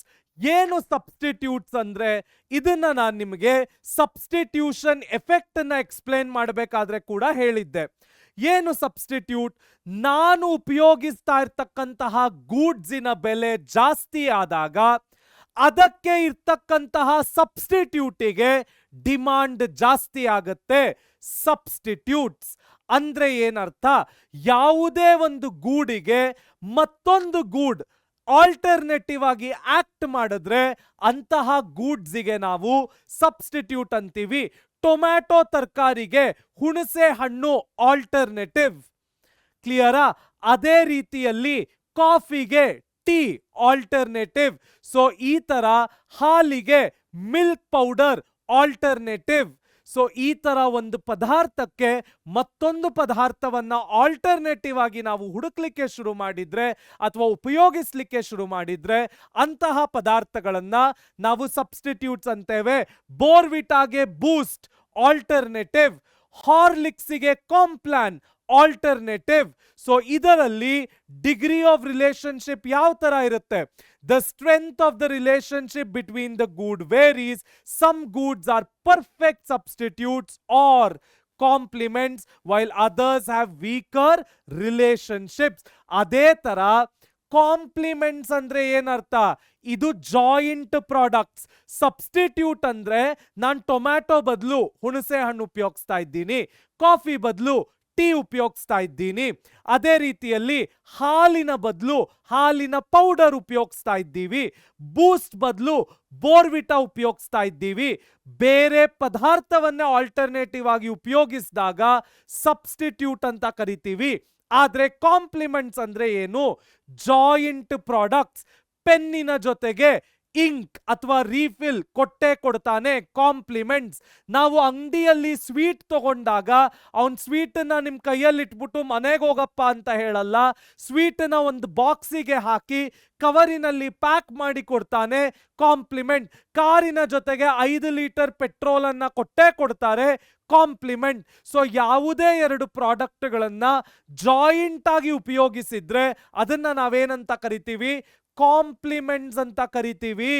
Goods consume together like tea and sugar, pen and ink. When the price of one complement increases, the demand for the other typically decreases. ಪೆನ್ನಿನ ಬೆಲೆ ಜಾಸ್ತಿ ಆದಾಗ ಜನ ಪೆನ್ನಿಗೆ ಇಂಕ್ಗೆ ಡಿಮಾಂಡ್ ಮಾಡೋದಿಲ್ಲ, ಪೆನ್ಸಿಲಿನ ಕಡೆ ಶಿಫ್ಟ್ ಆಗ್ತಾರೆ. ಜನ ಸಕ್ಕರೆಯ ಬೆಲೆ ಜಾಸ್ತಿ ಆದಾಗ ಟೀಗೆ ಸಕ್ಕರೆ ಹಾಕೊಳ್ಳೋದೇ ಇಲ್ಲ, ಡಿಮಾಂಡ್ ಕಡಿಮೆ ಆಗ್ತಾ ಹೋಗುತ್ತೆ, ಟೀಗೂ ಕಡಿಮೆ ಆಗುತ್ತೆ, ಕೆಲವೊಮ್ಮೆ ಶುಗರ್ಗೆ ಬಿದ್ದೇ ಹೋಗುತ್ತೆ. ಈ ತರ ಸಿಚುವೇಶನ್ಗಳನ್ನ ನಾವೇನಂತೀವಿ? ಕಾಂಪ್ಲಿಮೆಂಟ್ಸ್ ಅಂತೀವಿ. ಹಾಗಾದ್ರೆ ಕ್ರಾಸ್ ಪ್ರೈಸ್ ಇಫೆಕ್ಟ್ ಏನು? The demand for a good usually moves in the direction of the price of its substitutes and in the opposite direction of the price of complements. ಸಬ್ಸ್ಟಿಟ್ಯೂಟ್ಗಳಿಗೆ ನಮ್ಮ ಡಿಮಾಂಡ್ ಮತ್ತು price usually ಏನಾಗುತ್ತೆ? ಒಂದೇ direction ಅಲ್ಲಿ move ಆಗುತ್ತೆ. ಅದೇ ನಮ್ಮ ಕಾಂಪ್ಲಿಮೆಂಟ್ಗಳಿಗೆ ಅದು ಯಾವಾಗ್ಲೂ ಆಪೋಸಿಟ್ ಡೈರೆಕ್ಷನ್ ಅಲ್ಲಿ ಮೂವ್ ಆಗುತ್ತೆ. ಇದನ್ನ ನಾವೇನಂತೀವಿ? ಕ್ರಾಸ್ ಪ್ರೈಸ್ ಇಫೆಕ್ಟ್ ಅಂತೀವಿ. ಸಬ್ಸ್ಟಿಟ್ಯೂಟ್ ಕಾಂಪ್ಲಿಮೆಂಟ್ಸ್ಗೆ ಡಿಫ್ರೆನ್ಸಸ್ ಅನ್ನ ಅವನು 4 ಮಾರ್ಕಿಗೆ ಕೇಳ್ತಾನೆ. 1, 2, 3, 4 ಪಾಯಿಂಟು ಬಹಳ ಬಹಳ ಇಂಪಾರ್ಟೆಂಟ್ ಆಗುತ್ತೆ. ಹಾಗಾದ್ರೆ ನೆಕ್ಸ್ಟ್ ಏನು ಟಾಪಿಕ್ ಕಲಿಯ ಸಿಗುತ್ತೆ ನೋಡೋಣ ಬನ್ನಿ. Next very very important topic for 6 marks. ನಮ್ಮ ಫೈನಲ್ ಎಕ್ಸಾಮಿನೇಷನ್ ನಲ್ಲಿ movement and shift of the demand curve ಅನ್ನ ಸಾಮಾನ್ಯವಾಗಿ 6 ಮಾರ್ಕಿಗೆ ಕೇಳ್ತಾನೆ. ಏನು ಮೂವ್ಮೆಂಟ್ ಆಫ್ ಡಿಮಾಂಡ್ ಕರ್ವ್ ಅಂದ್ರೆ? Very simple. ಎಲ್ಲ ಫ್ಯಾಕ್ಟರ್ಗಳನ್ನು ಅಂದ್ರೆ ಸಬ್ಸ್ಟಿಟ್ಯೂಟ್ ಫ್ಯಾಕ್ಟರ್ಸ್ ಆಗಿರ್ಬೋದು, ಇನ್ಕಮ್ ಫ್ಯಾಕ್ಟರ್ಸ್ ಆಗಿರ್ಬೋದು, ಪ್ರಿಫರೆನ್ಸ್ ಫ್ಯಾಕ್ಟರ್ಸ್ ಆಗಿರ್ಬೋದು, ಇವೆಲ್ಲ ಫ್ಯಾಕ್ಟರ್ಗಳನ್ನು ಕಾನ್ಸ್ಟೆಂಟ್ ಆಗಿ ಇಟ್ಕೊಂಡು ಪ್ರೈಸ್ ವೇರಿಯೇಷನ್ ಅಲ್ಲಿ ಮಾತ್ರ ಡಿಮಾಂಡ್ ವೇರಿಯೇಷನ್ ಆದ್ರೆ ಅದನ್ನ ನಾವೇನಂತ ಕರಿತೀವಿ? Movements along the demand curve ಅಂತ ಕರಿತೀವಿ. ಏನು ಇದರ demand function? The relationship between the quantity demanded and price will move in opposite direction. Demand ಜಾಸ್ತಿ ಆದ್ರೆ ಪ್ರೈಸ್ ಬಿದ್ದಿದೆ ಅಂತ ಅರ್ಥ, ಡಿಮಾಂಡ್ ಕಡಿಮೆ ಆದ್ರೆ ಪ್ರೈಸ್ ಜಾಸ್ತಿ ಆಗಿದೆ ಅಂತ ಅರ್ಥ. ಇಲ್ಲಿ ಬೇರೆ ಎಲ್ಲ ಫ್ಯಾಕ್ಟರ್ಗಳು ಯಾವುದದು? ಪ್ರೈಸ್ ಸಬ್ಸ್ಟಿಟ್ಯೂಟ್ಸ್ ಆಗಿರ್ಬೋದು, ಪ್ರಿಫರೆನ್ಸಸ್ ಆಗಿರ್ಬೋದು, ಇವೆಲ್ಲವೂ ಕಾನ್ಸ್ಟೆಂಟ್ ಆಗಿ ಇರುತ್ತೆ. ಪ್ರೈಸಿನ ವೇರಿಯೇಷನ್ ಮೇಲೆ ಡಿಮಾಂಡ್ ಕೂಡ ಏನಾಗುತ್ತೆ? ವೇರಿ ಆಗುತ್ತೆ. The demand curve graphically represents this function, showing how quantity changes with price. ಹಾಗಾದ್ರೆ ಪ್ರೈಸ್ ಕ್ವಾಂಟಿಟಿ ರಿಲೇಶನ್ಶಿಪ್ ಏನು? ಯಾವಾಗ್ಲೂ ಅದು ಆಪೋಸಿಟ್ ಆಗಿರುತ್ತೆ. ಪ್ರೈಸ್ ಜಾಸ್ತಿ ಆದ್ರೆ ಡಿಮಾಂಡ್ ಕಡಿಮೆ ಆಗುತ್ತೆ, ಪ್ರೈಸ್ ಕಡಿಮೆ ಆದ್ರೆ ಡಿಮಾಂಡ್ ಏನಾಗುತ್ತೆ, ಜಾಸ್ತಿ ಆಗುತ್ತೆ. When price decreases quantity demanded increases, when price increases quantity demanded will decrease. ಇದರ ಗ್ರಾಫಿಕಲ್ ರೆಪ್ರೆಸೆಂಟೇಷನ್ ಅನ್ನ ಈಗ ನೋಡೋಣ. ಮೂವ್ಮೆಂಟ್ ಅಲಾಂಗ್ ದ ಡಿಮಾಂಡ್ ಕರ್ವ್ಗೆ ಹೇಗೆ ಗ್ರಾಫಿಕಲಿ ರೆಪ್ರೆಸೆಂಟ್ ಮಾಡೋದು? ಪ್ರೈಸ್ ಅನ್ನ ತಗೊಳ್ತೇನೆ, ಕ್ವಾಂಟಿಟಿ ಡಿಮಾಂಡೆಡ್ ಅನ್ನ ತಗೊಳ್ತೇನೆ. So price 10, 20, 30, 40, 50. ಪ್ರೈಸ್ ಜಾಸ್ತಿ ಇದ್ದಾಗ ಡಿಮ್ಯಾಂಡ್ ಕಡಿಮೆ ಆಗ್ತಾ ಹೋಗುತ್ತೆ. ಪ್ರೈಸ್ ಇಳಿದಂತೆಲ್ಲ ಡಿಮಾಂಡ್ ಏನಾಗುತ್ತೆ, ಜಾಸ್ತಿ ಆಗುತ್ತೆ. ಇದನ್ನ ನಾವಿಲ್ಲಿ ಅಬ್ಸರ್ವ್ ಮಾಡಬಹುದು. ಸೇಮ್ ನಾವು ಡಿಮಾಂಡ್ ಕರ್ವ್ ಅನ್ನ ಹೇಗೆ ಮಾಡಿದ್ವೋ ಅದೇ ರೀತಿಯಲ್ಲಿ ಮೂವ್ಮೆಂಟ್ ಆಫ್ ಡಿಮಾಂಡ್ ಕರ್ವ್ ಅನ್ನ ಕೂಡ ಮಾಡಬೇಕು. ಸೊ ಮೊದಲಿಗೆ ನಮ್ಮ ವೈ ಆಕ್ಸಿಸ್, ನಂತರದಲ್ಲಿ ನಮ್ಮ ಎಕ್ಸ್ ಆಕ್ಸಿಸ್. ಇಲ್ಲಿ ನಾನು ಪ್ರೈಸಸ್ ಗಳನ್ನ ತಗೊಂಡ್ರೆ ಇಲ್ಲಿ ನಾನು ಕ್ವಾಂಟಿಟಿ ಡಿಮಾಂಡೆಡ್ ಅನ್ನ ತಗೊಳ್ತೀನಿ. ಇದು ಈ ರೀತಿನೇ ಬರಬೇಕು ಅಂತ ಯಾವ ರೂಲ್ಸು ಇಲ್ಲ. ಇಲ್ಲಿ ಕ್ವಾಂಟಿಟಿ ತಗೊಂಡು ಇಲ್ಲಿ ನೀವು ಪ್ರೈಸಸ್ ನ ತಗೊಂಡ್ರು ಕೂಡ ಪರವಾಗಿಲ್ಲ, ದಟ್ಸ್ ಅಬ್ಸಲ್ಯೂಟ್ಲಿ ಫೈನ್. ಈಗ ಪ್ರೈಸಸ್ 10, 20, 30, 40 ಮತ್ತು 50. 10, 20, 30, 40 ಮತ್ತು 50. So at 10 rupees demand is 50, 20ಗೆ 40, 30ಗೆ 30, 40ಗೆ 20, 50ಗೆ 10 ಆಯ್ತು. ನಮ್ಗೆ ಏನು ಕಾಂಬಿನೇಷನ್ಗಳು ಸಿಗ್ತಾ ಇವೆ ಇವನ್ನ ನಾವು ಸ್ಕೆಡ್ಯೂಲ್ ಆಫ್ ಡಿಮಾಂಡ್ ಅಂತೀವಿ. ಈ 5 ಕಾಂಬಿನೇಷನ್ಗಳನ್ನ ನಾನು ಜಾಯಿಂಟ್ ಮಾಡಿದ್ರೆ ನೋಡಿ, ಬೆಲೆ ಜಾಸ್ತಿ ಆದಂತೆಲ್ಲ ಡಿಮ್ಯಾಂಡ್ ಕಡಿಮೆ ಆಗ್ತಾ ಇದೆ, ಬೆಲೆ ಕಡಿಮೆ ಆದಂತೆಲ್ಲ ಡಿಮ್ಯಾಂಡ್ ಜಾಸ್ತಿ ಆಗ್ತಾ ಇದೆ. ಈ ಮೂವ್ಮೆಂಟ್ಗಳನ್ನ, ಈ ವೇರಿಯೇಷನ್ಗಳನ್ನ ನಾವೇನಂತೀವಿ, movement along the demand curve ಅಂತೀವಿ. ಹಾಗಾದ್ರೆ ನೆಕ್ಸ್ಟ್ ಏನು ಕಲಿಯಕ್ಕೆ ಸಿಗತ್ತೆ ನೋಡೋಣ ಬನ್ನಿ. Next shift along the demand curve. ನಾನಿವಾಗ ಆಗ್ಲೇ ಹೇಳಿದಂಗೆ movement along the demand curve ಮತ್ತು shift along the demand curve is very very important for 6 marks. Movement along the demand curve price ಇಫೆಕ್ಟಿನ ಮೇಲೆ ಕೆಲಸ ಮಾಡುತ್ತೆ. ಮತ್ತೊಮ್ಮೆ ಹೇಳ್ತಾ ಇದ್ದೀನಿ, movement along the demand curve price ಇಫೆಕ್ಟಿನ ಮೇಲೆ ಕೆಲಸ ಮಾಡುತ್ತೆ. ಅದೇ ನಮ್ಮ shift along the demand curve ಸಾಮಾನ್ಯವಾಗಿ ಇನ್ಕಮ್ ಇಫೆಕ್ಟಿನ ಮೇಲೆ ಡಿಪೆಂಡ್ ಆಗುತ್ತೆ. ಏನು? ಮೊದಲಿಗೆ ಇನ್ಕಮ್ ಚೇಂಜಸ್. ನಾರ್ಮಲ್ ಗೂಡ್ಸ್ಗೆ ಜನರ ಇನ್ಕಮ್ ಜಾಸ್ತಿ ಆದಂತೆಲ್ಲ ಡಿಮ್ಯಾಂಡ್ ಕೂಡ ಜಾಸ್ತಿ ಆಗುತ್ತೆ. ಅದೇ ಇನ್ಫೀರಿಯರ್ ಗೂಡ್ಸ್ಗೆ ಜನರ ಇನ್ಕಮ್ ಕಡಿಮೆ ಆದ್ರೆ ಡಿಮ್ಯಾಂಡ್ ಜಾಸ್ತಿ ಆಗುತ್ತೆ. Shift along the demand curve ಇನ್ಕಮ್ಮಿನ ಮೇಲೆ ಕೆಲಸ ಮಾಡ್ತಾ ಇದೆ. ಇನ್ಕಮ್ ಜಾಸ್ತಿ ಆದಂತೆಲ್ಲ ಜನರ ಡಿಮಾಂಡ್ ಕೂಡ ಜಾಸ್ತಿ ಆಗ್ತಾ ಇದೆ. ಪ್ರೈಸ್ ಸಾಮಾನ್ಯವಾಗಿ ಏನಿರುತ್ತೆ, ಫ್ಲಾಟ್ ಲೈನ್ ಇರುತ್ತೆ. ಪ್ರೈಸಸ್ ನ ಬಗ್ಗೆ ಜನ ಅಷ್ಟು ತಲೆ ಕೆಡಿಸ್ಕೋತಾ ಇಲ್ಲ. ಯಾಕೆ ಅಂದ್ರೆ ಅವ್ರ ಹತ್ರ ಖರ್ಚು ಮಾಡ್ಲಿಕ್ಕೆ ಹಣ ಇದೆ, ಡಿಮಾಂಡ್ ಮಾಡ್ಲಿಕ್ಕೆ ಇನ್ಕಮ್ ಇದೆ. Income changes. ನೆಕ್ಸ್ಟ್ ರಿಲೇಟೆಡ್ ಗೂಡ್ ಪ್ರೈಸ್ ಚೇಂಜಸ್. ಇದನ್ನ ನಾವು ಸಬ್ಸ್ಟಿಟ್ಯೂಷನ್ ಇಫೆಕ್ಟ್ ಅಂತ ಕರೆದ್ರೂ ಕೂಡ ತಪ್ಪಾಗೋದಿಲ್ಲ. ಏನು ಸಬ್ಸ್ಟಿಟ್ಯೂಷನ್ ಇಫೆಕ್ಟ್ ಅಂದ್ರೆ, ಟೊಮ್ಯಾಟೋವಿನ ಬೆಲೆ ಜಾಸ್ತಿ ಆದ್ರೆ ಹುಣಸೆ ಹಣ್ಣಿಗೆ ಡಿಮಾಂಡ್ ಜಾಸ್ತಿ ಆಗುತ್ತೆ. ಅದೇ ರೀತಿ ಕಾಫಿಯ ಬೆಲೆ ಜಾಸ್ತಿ ಆದ್ರೆ ಟೀಗೆ ಡಿಮಾಂಡ್ ಜಾಸ್ತಿ ಆಗುತ್ತೆ. ಬೂಸ್ಟ್ನ ಬೆಲೆ ಕಡಿಮೆ ಆದ್ರೆ ಬೋರ್ವಿಟಾಗೂ ಡಿಮಾಂಡ್ ಕಡಿಮೆ ಆಗುತ್ತೆ. ಈ ತರಹದ ಎಫೆಕ್ಟ್ಗಳನ್ನ ನಾವು ರಿಲೇಟೆಡ್ ಗೂಡ್ ಪ್ರೈಸ್ ಚೇಂಜಸ್ ಅಥವಾ ಸಬ್ಸ್ಟಿಟ್ಯೂಷನ್ ಇಫೆಕ್ಟ್ ಅಂತ ಕರಿತೇವೆ. Next preference changes. ಜನರ ಪ್ರಿಫರೆನ್ಸಸ್. ಹಳೆ ಕಾಲದಲ್ಲಿ ಅಂಬಾಸೆಡರ್ ಅನ್ನ ಪ್ರಿಫರ್ ಮಾಡ್ತಾ ಇದ್ರು, ಕಾಂಟೆಸಾ ಕಾರುಗಳನ್ನ ಪ್ರಿಫರ್ ಮಾಡ್ತಾ ಇದ್ರು, ಸಣ್ಣ ಸಣ್ಣ ಮಾರುತಿ 800 ಕಾರುಗಳನ್ನ ಪ್ರಿಫರ್ ಮಾಡ್ತಾ ಇದ್ರು. ಇವತ್ತಿಗೆ ಜನ ಚೇಂಜ್ ಆಗಿದ್ದಾರೆ. ಜನ ಸ್ವಿಫ್ಟ್ ಅನ್ನ ಪ್ರಿಫರ್ ಮಾಡ್ತಾ ಇದ್ದಾರೆ, ಎಸ್ಪ್ರೆಸ್ಸೋವನ್ನ ಪ್ರಿಫರ್ ಮಾಡ್ತಾ ಇದ್ದಾರೆ, ಥಾರ್ಗಳನ್ನ ತಗೊಳ್ತಾ ಇದ್ದಾರೆ, SUVಗಳನ್ನ ತಗೊಳ್ತಾ ಇದ್ದಾರೆ. ಅವರ ಪ್ರಿಫರೆನ್ಸಸ್ ಚೇಂಜ್ ಆಗಿದೆ. ಹಳೆ ಗೂಡ್ಸ್ಗೆ ಇದ್ದಂತಹ ಡಿಮಾಂಡ್ ಇವತ್ತು ಇರಲಿಕ್ಕೆ ಸಾಧ್ಯ ಇಲ್ಲ. ಯಾಕೆ ಅಂದ್ರೆ ಕನ್ಸ್ಯೂಮರ್ ಪ್ರಿಫರೆನ್ಸಸ್ ಚೇಂಜ್ ಆಗಿದೆ, ಡಿಮಾಂಡಿನ ಶಿಫ್ಟ್ ಆಗಿದೆ. ಅದಕ್ಕೆ ನಾವೇನಂತೀವಿ, ಪ್ರಿಫರೆನ್ಸಸ್ ಚೇಂಜಸ್ ಅಂತೀವಿ.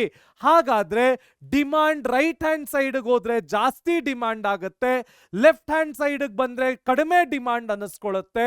ಇದನ್ನ ನಾವು ಹೇಗೆ ಗ್ರಾಫಿಕಲಿ ರೆಪ್ರೆಸೆಂಟ್ ಮಾಡೋದು ನೋಡೋಣ ಬನ್ನಿ. Shift along the demand curve ಅನ್ನ ಗ್ರಾಫಿಕಲಿ ಹೇಗೆ ರೆಪ್ರೆಸೆಂಟ್ ಮಾಡೋದು? Very simple. As usual this is our Y axis ಮತ್ತು this is our X axis. ಯಾವಾಗ್ಲೂ ನಮ್ಮ ಶಿಫ್ಟ್ ಆಫ್ ಡಿಮಾಂಡ್ ಕರ್ವ್ ಅಲ್ಲಿ ಪ್ರೈಸಸ್ಗಳು ಏನಾಗಿರುತ್ತೆ, ಫ್ಲಾಟ್ ಲೈನ್ ಆಗಿರುತ್ತೆ. ಯಾಕೆ ಅಂದ್ರೆ ನಾವು ಇನ್ಕಮ್ ಎಫೆಕ್ಟ್ ನ ಪ್ರಕಾರ ನೋಡೋದಾದ್ರೆ ಜನರಿಗೆ ಜಾಸ್ತಿ ಇನ್ಕಮ್ ಇದ್ದಂತೆಲ್ಲ ರೈಟ್ ಹ್ಯಾಂಡ್ ಸೈಡ್ಗೆ ಡಿಮಾಂಡ್ ಶಿಫ್ಟ್ ಆಗುತ್ತೆ, ಜಾಸ್ತಿ ಡಿಮಾಂಡ್ ಮಾಡ್ತಾರೆ. ಜನರ ಡಿಮಾಂಡ್ ಕಡಿಮೆ ಆಗೋದು ಯಾವಾಗ ಅಂದ್ರೆ ಅವರ ಇನ್ಕಮ್ ಕಡಿಮೆ ಆದಾಗ ಲೆಫ್ಟ್ ಹ್ಯಾಂಡ್ ಸೈಡ್ಗೆ ಡಿಮಾಂಡ್ ಶಿಫ್ಟ್ ಆಗುತ್ತೆ.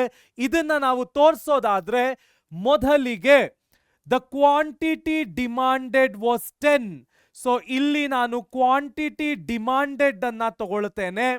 So quantity demanded and income, ನಮ್ಮ ಈಸಿ ಅಂಡರ್ಸ್ಟ್ಯಾಂಡಿಂಗ್ಗೆ ನಾನು ಇದನ್ನ ತಗೊಳ್ತಾ ಇದ್ದೀನಿ. ಮೊದಲಿಗೆ ಕ್ವಾಂಟಿಟಿ ಡಿಮಾಂಡೆಡ್ ಮತ್ತು ಇನ್ಕಮ್ 10 ರೂಪಾಯಿ ಇತ್ತು. ಎಲ್ಲರೂ ಈ ರೇಂಜ್ಗೆ ಡಿಮಾಂಡ್ ಅನ್ನ ಇಡ್ತಾ ಇದ್ರು. ಈಗ ಕ್ವಾಂಟಿಟಿ ಡಿಮಾಂಡೆಡ್ ಮತ್ತು ಇನ್ಕಮ್ 20 ರೂಪಾಯಿ ಆಗಿದೆ. ರೈಟ್ ಹ್ಯಾಂಡ್ ಸೈಡ್ಗೆ ಡಿಮಾಂಡ್ ಶಿಫ್ಟ್ ಆಗ್ತಾ ಇದೆ, ರೈಟ್ ಹ್ಯಾಂಡ್ ಸೈಡ್ಗೆ ಶಿಫ್ಟ್ ಆಯಿತು. ನೆಕ್ಸ್ಟ್ ಕ್ವಾಂಟಿಟಿ ಡಿಮಾಂಡೆಡ್ ಮತ್ತು ಇನ್ಕಮ್ ಕಡಿಮೆಯಾಗಿ 5 ರೂಪಾಯಿ ಆಗ್ತಾ ಇದೆ. ಲೆಫ್ಟ್ ಹ್ಯಾಂಡ್ ಸೈಡ್ಗೆ ಡಿಮಾಂಡ್ ಶಿಫ್ಟ್ ಆಗ್ತಾ ಇದೆ, ಲೆಫ್ಟ್ ಹ್ಯಾಂಡ್ ಸೈಡ್ಗೆ ಶಿಫ್ಟ್ ಆಯಿತು. Rise in demand, right hand side. Slow down ಅಥವಾ ಡಿಕ್ರೀಸ್ ಇನ್ ಡಿಮಾಂಡ್ ಏನಾಯ್ತು, ಲೆಫ್ಟ್ ಹ್ಯಾಂಡ್ ಸೈಡ್ ಆಯ್ತು. ಇನ್ಕಮ್ ಕ್ವಾಂಟಿಟಿ ಡಿಮಾಂಡೆಡ್ ಕಡಿಮೆ, ಇಲ್ಲಿ ಇನ್ಕಮ್ ಮತ್ತು ಕ್ವಾಂಟಿಟಿ ಡಿಮಾಂಡೆಡ್ ಏನಾಯ್ತು, ಜಾಸ್ತಿ ಆಯ್ತು. ಹಾಗಾದ್ರೆ movement versus shift in demand ಕರ್ವ್ಗೆ ಒಂದು ಸಮ್ಮರಿ ಏನು ನೋಡೋಣ ಬನ್ನಿ. Movement along the demand curve price ಇಫೆಕ್ಟಿನ ಮೇಲೆ ಕೆಲಸ ಮಾಡಿದ್ರೆ, shift along the demand curve income ಎಫೆಕ್ಟಿನ ಮೇಲೆ ಕೆಲಸ ಮಾಡುತ್ತೆ. ಪ್ರೈಸ್ ಜಾಸ್ತಿ ಆದಂತೆಲ್ಲ ಕ್ವಾಂಟಿಟಿ ಡಿಮಾಂಡೆಡ್ ಕಡಿಮೆ ಆಗೋದು, ಪ್ರೈಸ್ ಕಡಿಮೆ ಆದಂತೆಲ್ಲ ಕ್ವಾಂಟಿಟಿ ಡಿಮಾಂಡೆಡ್ ಜಾಸ್ತಿ ಆದ್ರೆ ಅದು movement along the demand curve ಆಗುತ್ತೆ.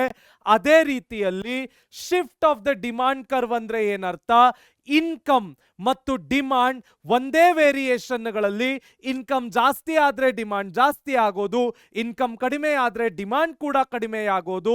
ರೈಟ್ ಹ್ಯಾಂಡ್ ಲೆಫ್ಟ್ ಹ್ಯಾಂಡ್ ಸೈಡ್ಗಳಿಗೆ ಶಿಫ್ಟ್ ಆಗೋದನ್ನ ನಾವೇನಂತ ಕರಿತೇವೆ, ಶಿಫ್ಟ್ ಆಫ್ ಡಿಮಾಂಡ್ ಕರ್ವ್ ಅಂತ ಕರಿತೀವಿ. ಹಾಗಾದ್ರೆ ನೆಕ್ಸ್ಟ್ ಏನು ಟಾಪಿಕ್ ಕಲಿಯ ಸಿಗತ್ತೆ ನೋಡೋಣ ಬನ್ನಿ. Market demand. ಏನು ಮಾರ್ಕೆಟ್ ಡಿಮಾಂಡ್ ಅಂದ್ರೆ ಸಿಂಪಲ್, ನಮ್ಮ ಮಾರ್ಕೆಟಿನಲ್ಲಿ ಯಾವುದೇ ಒಂದು ಪ್ರಾಡಕ್ಟಿನ ಪ್ರೈಸ್ ಲೆವೆಲ್ ಅಲ್ಲಿ ಎಷ್ಟು ಡಿಮಾಂಡ್ ಇದೆ ಅಂತ ಲೆಕ್ಕಾಚಾರ ಹಾಕ್ಲಿಕ್ಕೆ ನಾವೇನಂತ ಕರಿತೀವಿ, ಮಾರ್ಕೆಟ್ ಡಿಮಾಂಡ್ ಅಂತ ಕರಿತೀವಿ. ಹಾರಿಜಾಂಟಲ್ ಸಮ್ಮೇಷನ್ ಏನದು ನೋಡೋಣ.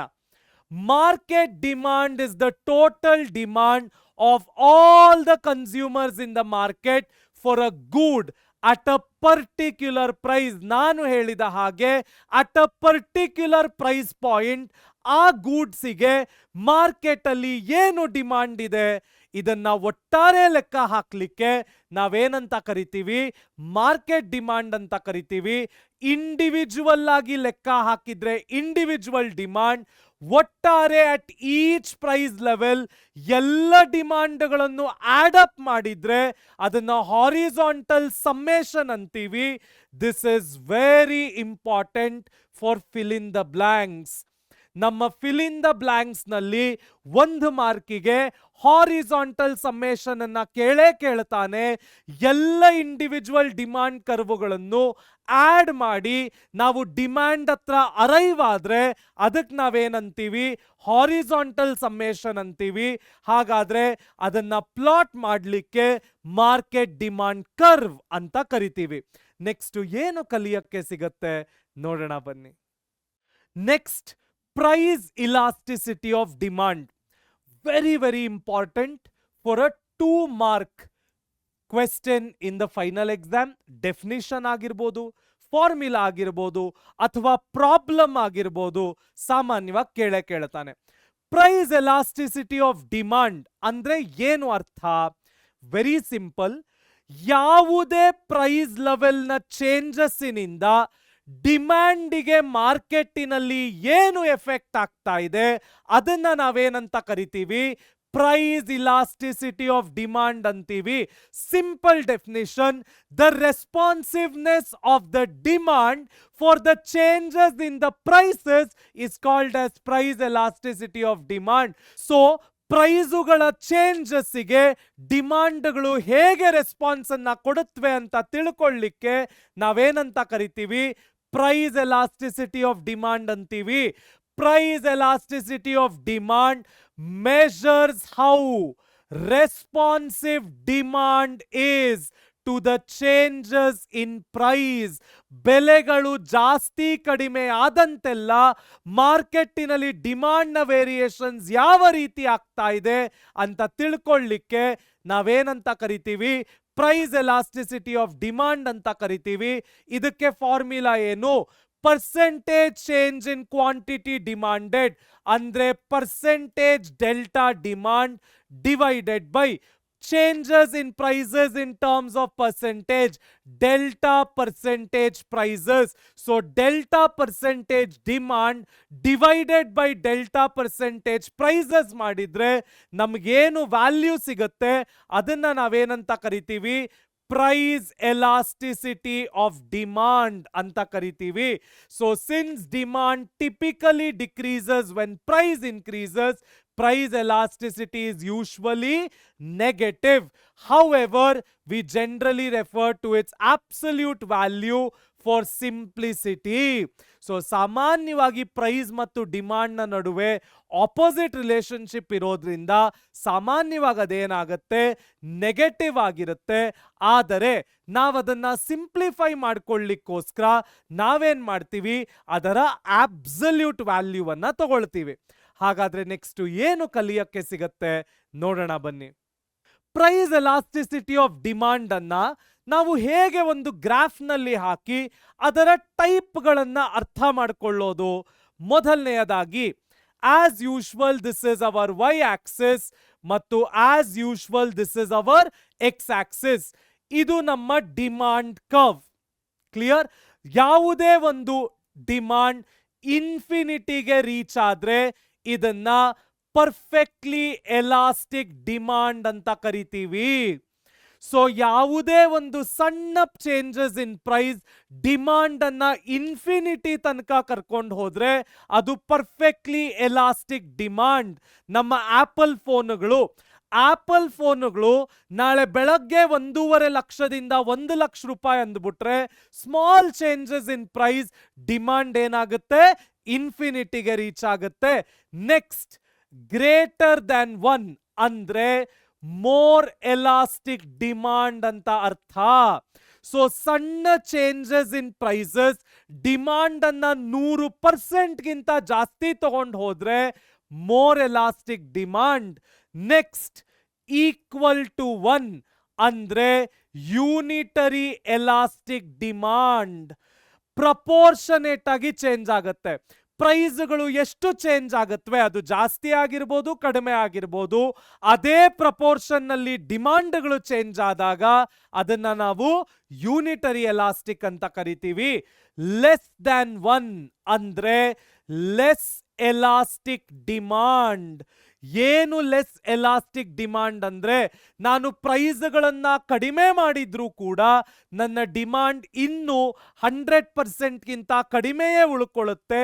ಅಷ್ಟೊಂದು ಕನ್ಸ್ಯೂಮರ್ಗಳನ್ನ ಅಟ್ರಾಕ್ಟ್ ಮಾಡಲಿಕ್ಕೆ ಸಾಧ್ಯ ಆಗ್ತಾ ಇಲ್ಲ. ಅದನ್ನ ನಾವೇನಂತೀವಿ, ಲೆಸ್ ಎಲಾಸ್ಟಿಕ್. ಎಕ್ಸಾಂಪಲ್ ತಗೊಳ್ಳೋದಾದ್ರೆ ಕೀಪ್ಯಾಡ್ ಫೋನ್ಗಳು. ಕೀಪ್ಯಾಡ್ ಫೋನ್ಗಳ ಬೆಲೆ ಎಷ್ಟೇ ಕಡಿಮೆ ಇದ್ರೂ ಒಂದಷ್ಟು ಟಾರ್ಗೆಟ್ ಆಡಿಯನ್ಸ್ ಮಾತ್ರ ಕೀಪ್ಯಾಡ್ ಫೋನ್ ಇಟ್ಕೊಳ್ತಾರೆ ಹೊರತು ಎಲ್ಲರೂ ಅದನ್ನ ಪರ್ಚೇಸ್ ಮಾಡಲಿಕ್ಕೆ ಪ್ರಿಫರ್ ಮಾಡೋದಿಲ್ಲ.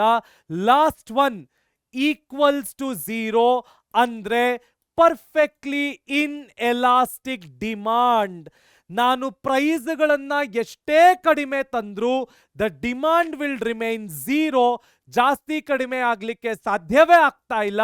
ಅದಕ್ಕೆ ನಾವೇನಂತೀವಿ, perfectly inelastic demand. The best example Ambassador car, Contessa car. ಇವತ್ತಿನ ಕಾಲಕ್ಕೆ ಅಂಬಾಸೆಡರ್ ಕಾಂಟೆಸಾವನ್ನ ನಾವು ಫ್ರೀಯಾಗಿ ಕೊಡ್ತೀವಿ ಅಂದ್ರೂ ಅದಕ್ಕೆ ಯಾರೂ ಡಿಮ್ಯಾಂಡ್ ಮಾಡೋದಿಲ್ಲ, ತಗೊಳ್ಳೋದಿಲ್ಲ. ಇದನ್ನ ಪರ್ಫೆಕ್ಟ್ಲಿ ಇನ್ ಎಲಾಸ್ಟಿಕ್ಗೆ ನಾವೊಂದು ಎಕ್ಸಾಂಪಲ್ ಆಗಿ ತಗೊಳ್ಬಹುದು. 5 ರೀತಿಯ ಪ್ರೈಸ್ ಎಲಾಸ್ಟಿಸಿಟಿ ಆಫ್ ಡಿಮಾಂಡ್ ಇದೆ. ಈಕ್ವಲ್ ಟು ಇನ್ಫಿನಿಟಿ ಅಂದ್ರೆ ಪರ್ಫೆಕ್ಟ್ಲಿ ಎಲಾಸ್ಟಿಕ್, ಗ್ರೇಟರ್ ದ್ಯಾನ್ 1 ಅಂದ್ರೆ ಮೋರ್ ಎಲಾಸ್ಟಿಕ್, ಈಕ್ವಲ್ ಟು 1 ಅಂದ್ರೆ ಯೂನಿಟರಿ ಎಲಾಸ್ಟಿಕ್, ಲೆಸ್ ದ್ಯಾನ್ 1 ಅಂದ್ರೆ ಲೆಸ್ ಎಲಾಸ್ಟಿಕ್, ಈಕ್ವಲ್ಸ್ ಟು 0 ಅಂದ್ರೆ ಪರ್ಫೆಕ್ಟ್ಲಿ ಇನ್ ಎಲಾಸ್ಟಿಕ್ ಡಿಮಾಂಡ್. ಇದರ ಫಾರ್ಮ್ಯುಲಾ ಏನು?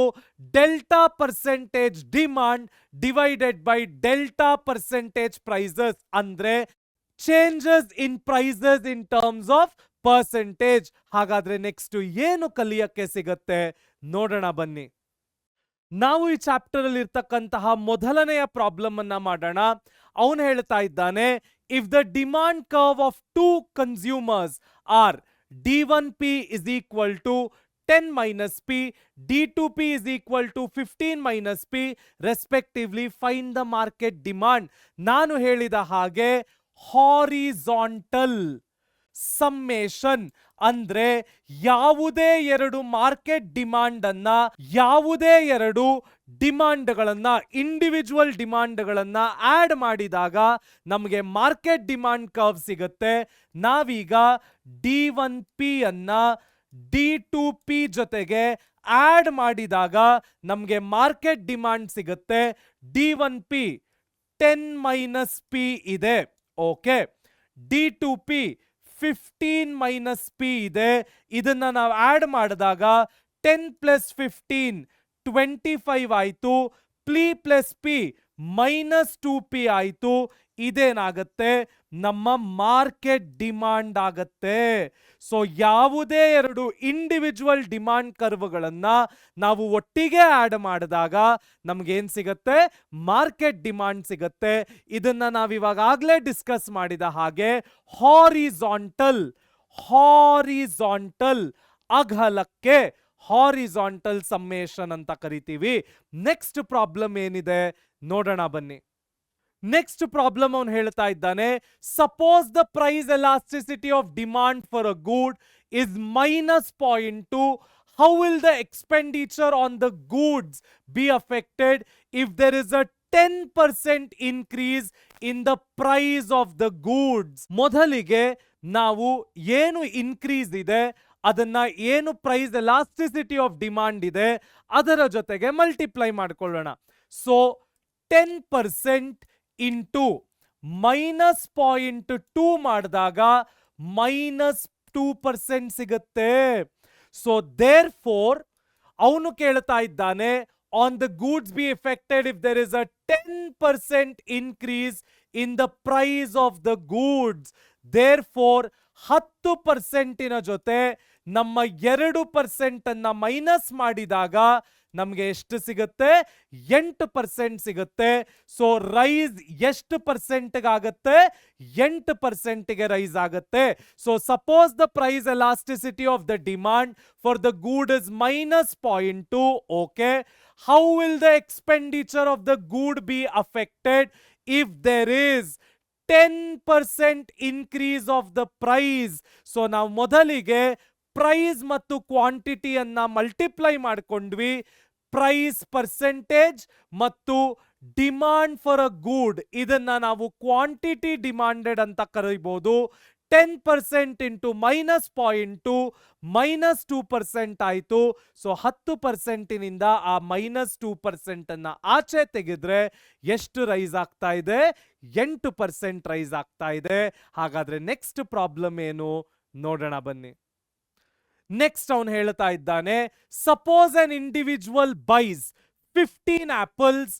15 apples at the price of rupees 5 per apple, and if the price increases to 7 per apple, she reduces her demand to 12 apples.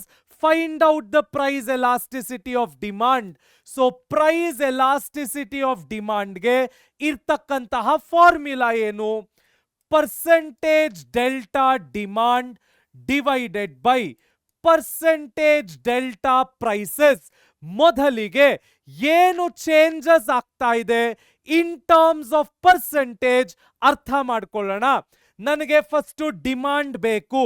Okay, ಡಿಮಾಂಡಿನಲ್ಲಿ ಏನು changes ಆಗ್ತಾ ಇದೆ? ಅವನು ಹೇಳ್ತಾ ಇದ್ದಾನೆ, ಮೊದಲಿಗೆ 15 ಆಪಲ್ ತಗೊಳ್ತಾ ಇದ್ದೆ, ಈಗ ನಾನು 12 ಆಪಲ್ ಅನ್ನ ಕನ್ಸ್ಯೂಮ್ ಮಾಡ್ತಾ ಇದ್ದೇನೆ. So 15 apples minus 12 apples. ನನಗೆ ಯಾವಾಗ್ಲೂ ಪರ್ಸೆಂಟೇಜ್ ಬೇಕು ಅಂದ್ರೆ ನಾನು ನನ್ನ ಬೇಸ್ ನಂಬರ್ ಒರಿಜಿನಲ್ ನಂಬರ್ ನಿಂದಾನೇ ಡಿವೈಡ್ ಮಾಡಬೇಕು. ಸೊ ಡಿವೈಡೆಡ್ ಬೈ ಏನ್ ಮಾಡ್ತೀನಿ? 15 apples ಮಾಡ್ತೀನಿ. ಆಗ 15 ಮೈನಸ್ 12 3 ಆಗತ್ತೆ. ಡಿವೈಡೆಡ್ ಬೈ 15 ಆಗತ್ತೆ. 3 1s ಮತ್ತು 3 5s 1/5 ಅಂದ್ರೆ ಅದು ಎಷ್ಟಾಯ್ತು? 20% ಆಯ್ತು. ನೆಕ್ಸ್ಟ್ ಅದೇ ರೀತಿಯಲ್ಲಿ ನಾನು ಪ್ರೈಸಸ್ ನ ಕ್ಯಾಲ್ಕ್ಯುಲೇಷನ್ ಕೂಡ ಮಾಡಬೇಕು. ಒರಿಜಿನಲ್ ಪ್ರೈಸ್ 5 ರೂಪಾಯಿ ಇತ್ತು, ಈಗ ಹೊಸ ಪ್ರೈಸ್ 7 ರೂಪಾಯಿ ಆಗಿದೆ. ಒರಿಜಿನಲ್ ಪ್ರೈಸ್ 5 ಇತ್ತು, 5 rupees, ಈಗ ಅದು 7 rupees ಆಗಿದೆ. ರಿಮೆಂಬರ್, ನಾನು ಏನೇ ಡಿವಿಷನ್ ಮಾಡಿದ್ರು, ಯಾವುದೇ ಪರ್ಸೆಂಟೇಜ್ ಬೇಕು ಅಂದ್ರು ಒರಿಜಿನಲ್ ಅಮೌಂಟ್ ಅನ್ನೇ ಬೇಸ್ ಆಗಿ ತಗೊಳ್ಬೇಕು. 5 ಮೈನಸ್ 7 ಮೈನಸ್ 2 ಡಿವೈಡೆಡ್ ಬೈ 5 ಆಯ್ತು. ಸೊ 2 ಡಿವೈಡೆಡ್ ಬೈ 5 ಅಂದ್ರೆ ಎಷ್ಟು ಬರುತ್ತೆ ಅಂತ ಲೆಕ್ಕ ಹಾಕೋಣ. ಸೊ -2 ಡಿವೈಡೆಡ್ ಬೈ 5 ಆದಾಗ ನಮಗೆ ಅದು 40% ಆಯ್ತು. ಕ್ಲಿಯರ್? ಸೊ ಈಗ ಪರ್ಸೆಂಟೇಜ್ ಡೆಲ್ಟಾ ಡಿಮಾಂಡ್ 20% ಇದೆ. ಅದೇ ರೀತಿಯಲ್ಲಿ ನಮ್ಮ ಪರ್ಸೆಂಟೇಜ್ ಡೆಲ್ಟಾ ಪ್ರೈಸಸ್ -40% ಇದೆ, -40% ಇದೆ. Very clear. 21s 22s ಅಲ್ಲಿಗೆ ಇದು -0.5 ಆಯಿತು. ಸೊ ನಮ್ಮ ಪ್ರೈಸ್ ಇಲಾಸ್ಟಿಸಿಟಿ ಆಫ್ ಡಿಮಾಂಡ್ ಎಷ್ಟಾಯಿತು? -0.5 ಆಯಿತು. Very interesting and a very easy topic ಮಕ್ಕಳ. ಹಾಗಾದ್ರೆ ನೆಕ್ಸ್ಟ್ ಏನು ಕ್ವೆಶ್ಚನ್ ಬರುತ್ತೆ ನೋಡೋಣ ಬನ್ನಿ. ಮುಂದಿನ ಪ್ರಶ್ನೆ, consider a market where there are 2 consumers and their demand for goods at different price level is given as follows. Calculate the market demand for the goods. ಇದನ್ನ ನಾನು ಇವಾಗಲೇ ಹೇಳಿದ್ದೀನಿ. Horizontal summation very simple. ಮೊದಲನೇ price level ಅಲ್ಲಿ 9 + 24 33 market demand ಇದೆ. 8 + 20 28 ಇದೆ. 7 + 18 25 ಇದೆ. 6 + 16 22 ಇದೆ. 5 + 14 19 ಇದೆ. 4 + 12 16 ಇದೆ. 3 + 10 13 ಇದೆ. ಅದೇ ರೀತಿಯಲ್ಲಿ 2 + 8 10 ಆಯಿತು. ನಾವು ಹಾರಿಜಾಂಟಲ್ ಸಮ್ಮೇಷನ್ ಮಾಡಬೇಕು. ಮಾಡಿದಾಗ ನಮಗೇನ್ ಸಿಗುತ್ತೆ? ಮಾರ್ಕೆಟ್ ಡಿಮಾಂಡ್ ಸಿಗುತ್ತೆ. ಹಲವಾರು ಟಾಪಿಕ್ಗಳನ್ನ ಕಲ್ತ್ವಿ, ಹೊಸ ಹೊಸ ಟರ್ಮಿನಾಲಜಿಗಳನ್ನ ತಿಳ್ಕೊಂಡ್ವಿ, ಹಲವಾರು ಪ್ರಾಬ್ಲಮ್ಗಳನ್ನ ಸಾಲ್ವ್ ಮಾಡಿದ್ವಿ. ಏನಾದ್ರೂ ಡೌಟ್ ಇದ್ರೆ ಕಾಮೆಂಟ್ ಸೆಕ್ಷನ್ ಅಲ್ಲಿ ಹಾಕೋದನ್ನ ಮರಿಬೇಡಿ. ಲೈಕ್, ಶೇರ್ ಅಂಡ್ ಸಬ್ಸ್ಕ್ರೈಬ್ ಮಾಡಿ. ಎಲ್ಲರೂ ಒಟ್ಟಿಗೆ ಕಲಿಯೋಣ, ನಲಿಯೋಣ, ಬೆಳೆಯೋಣ, ನವ ಕರ್ನಾಟಕದ ನಿರ್ಮಾಣ ಮಾಡೋಣ.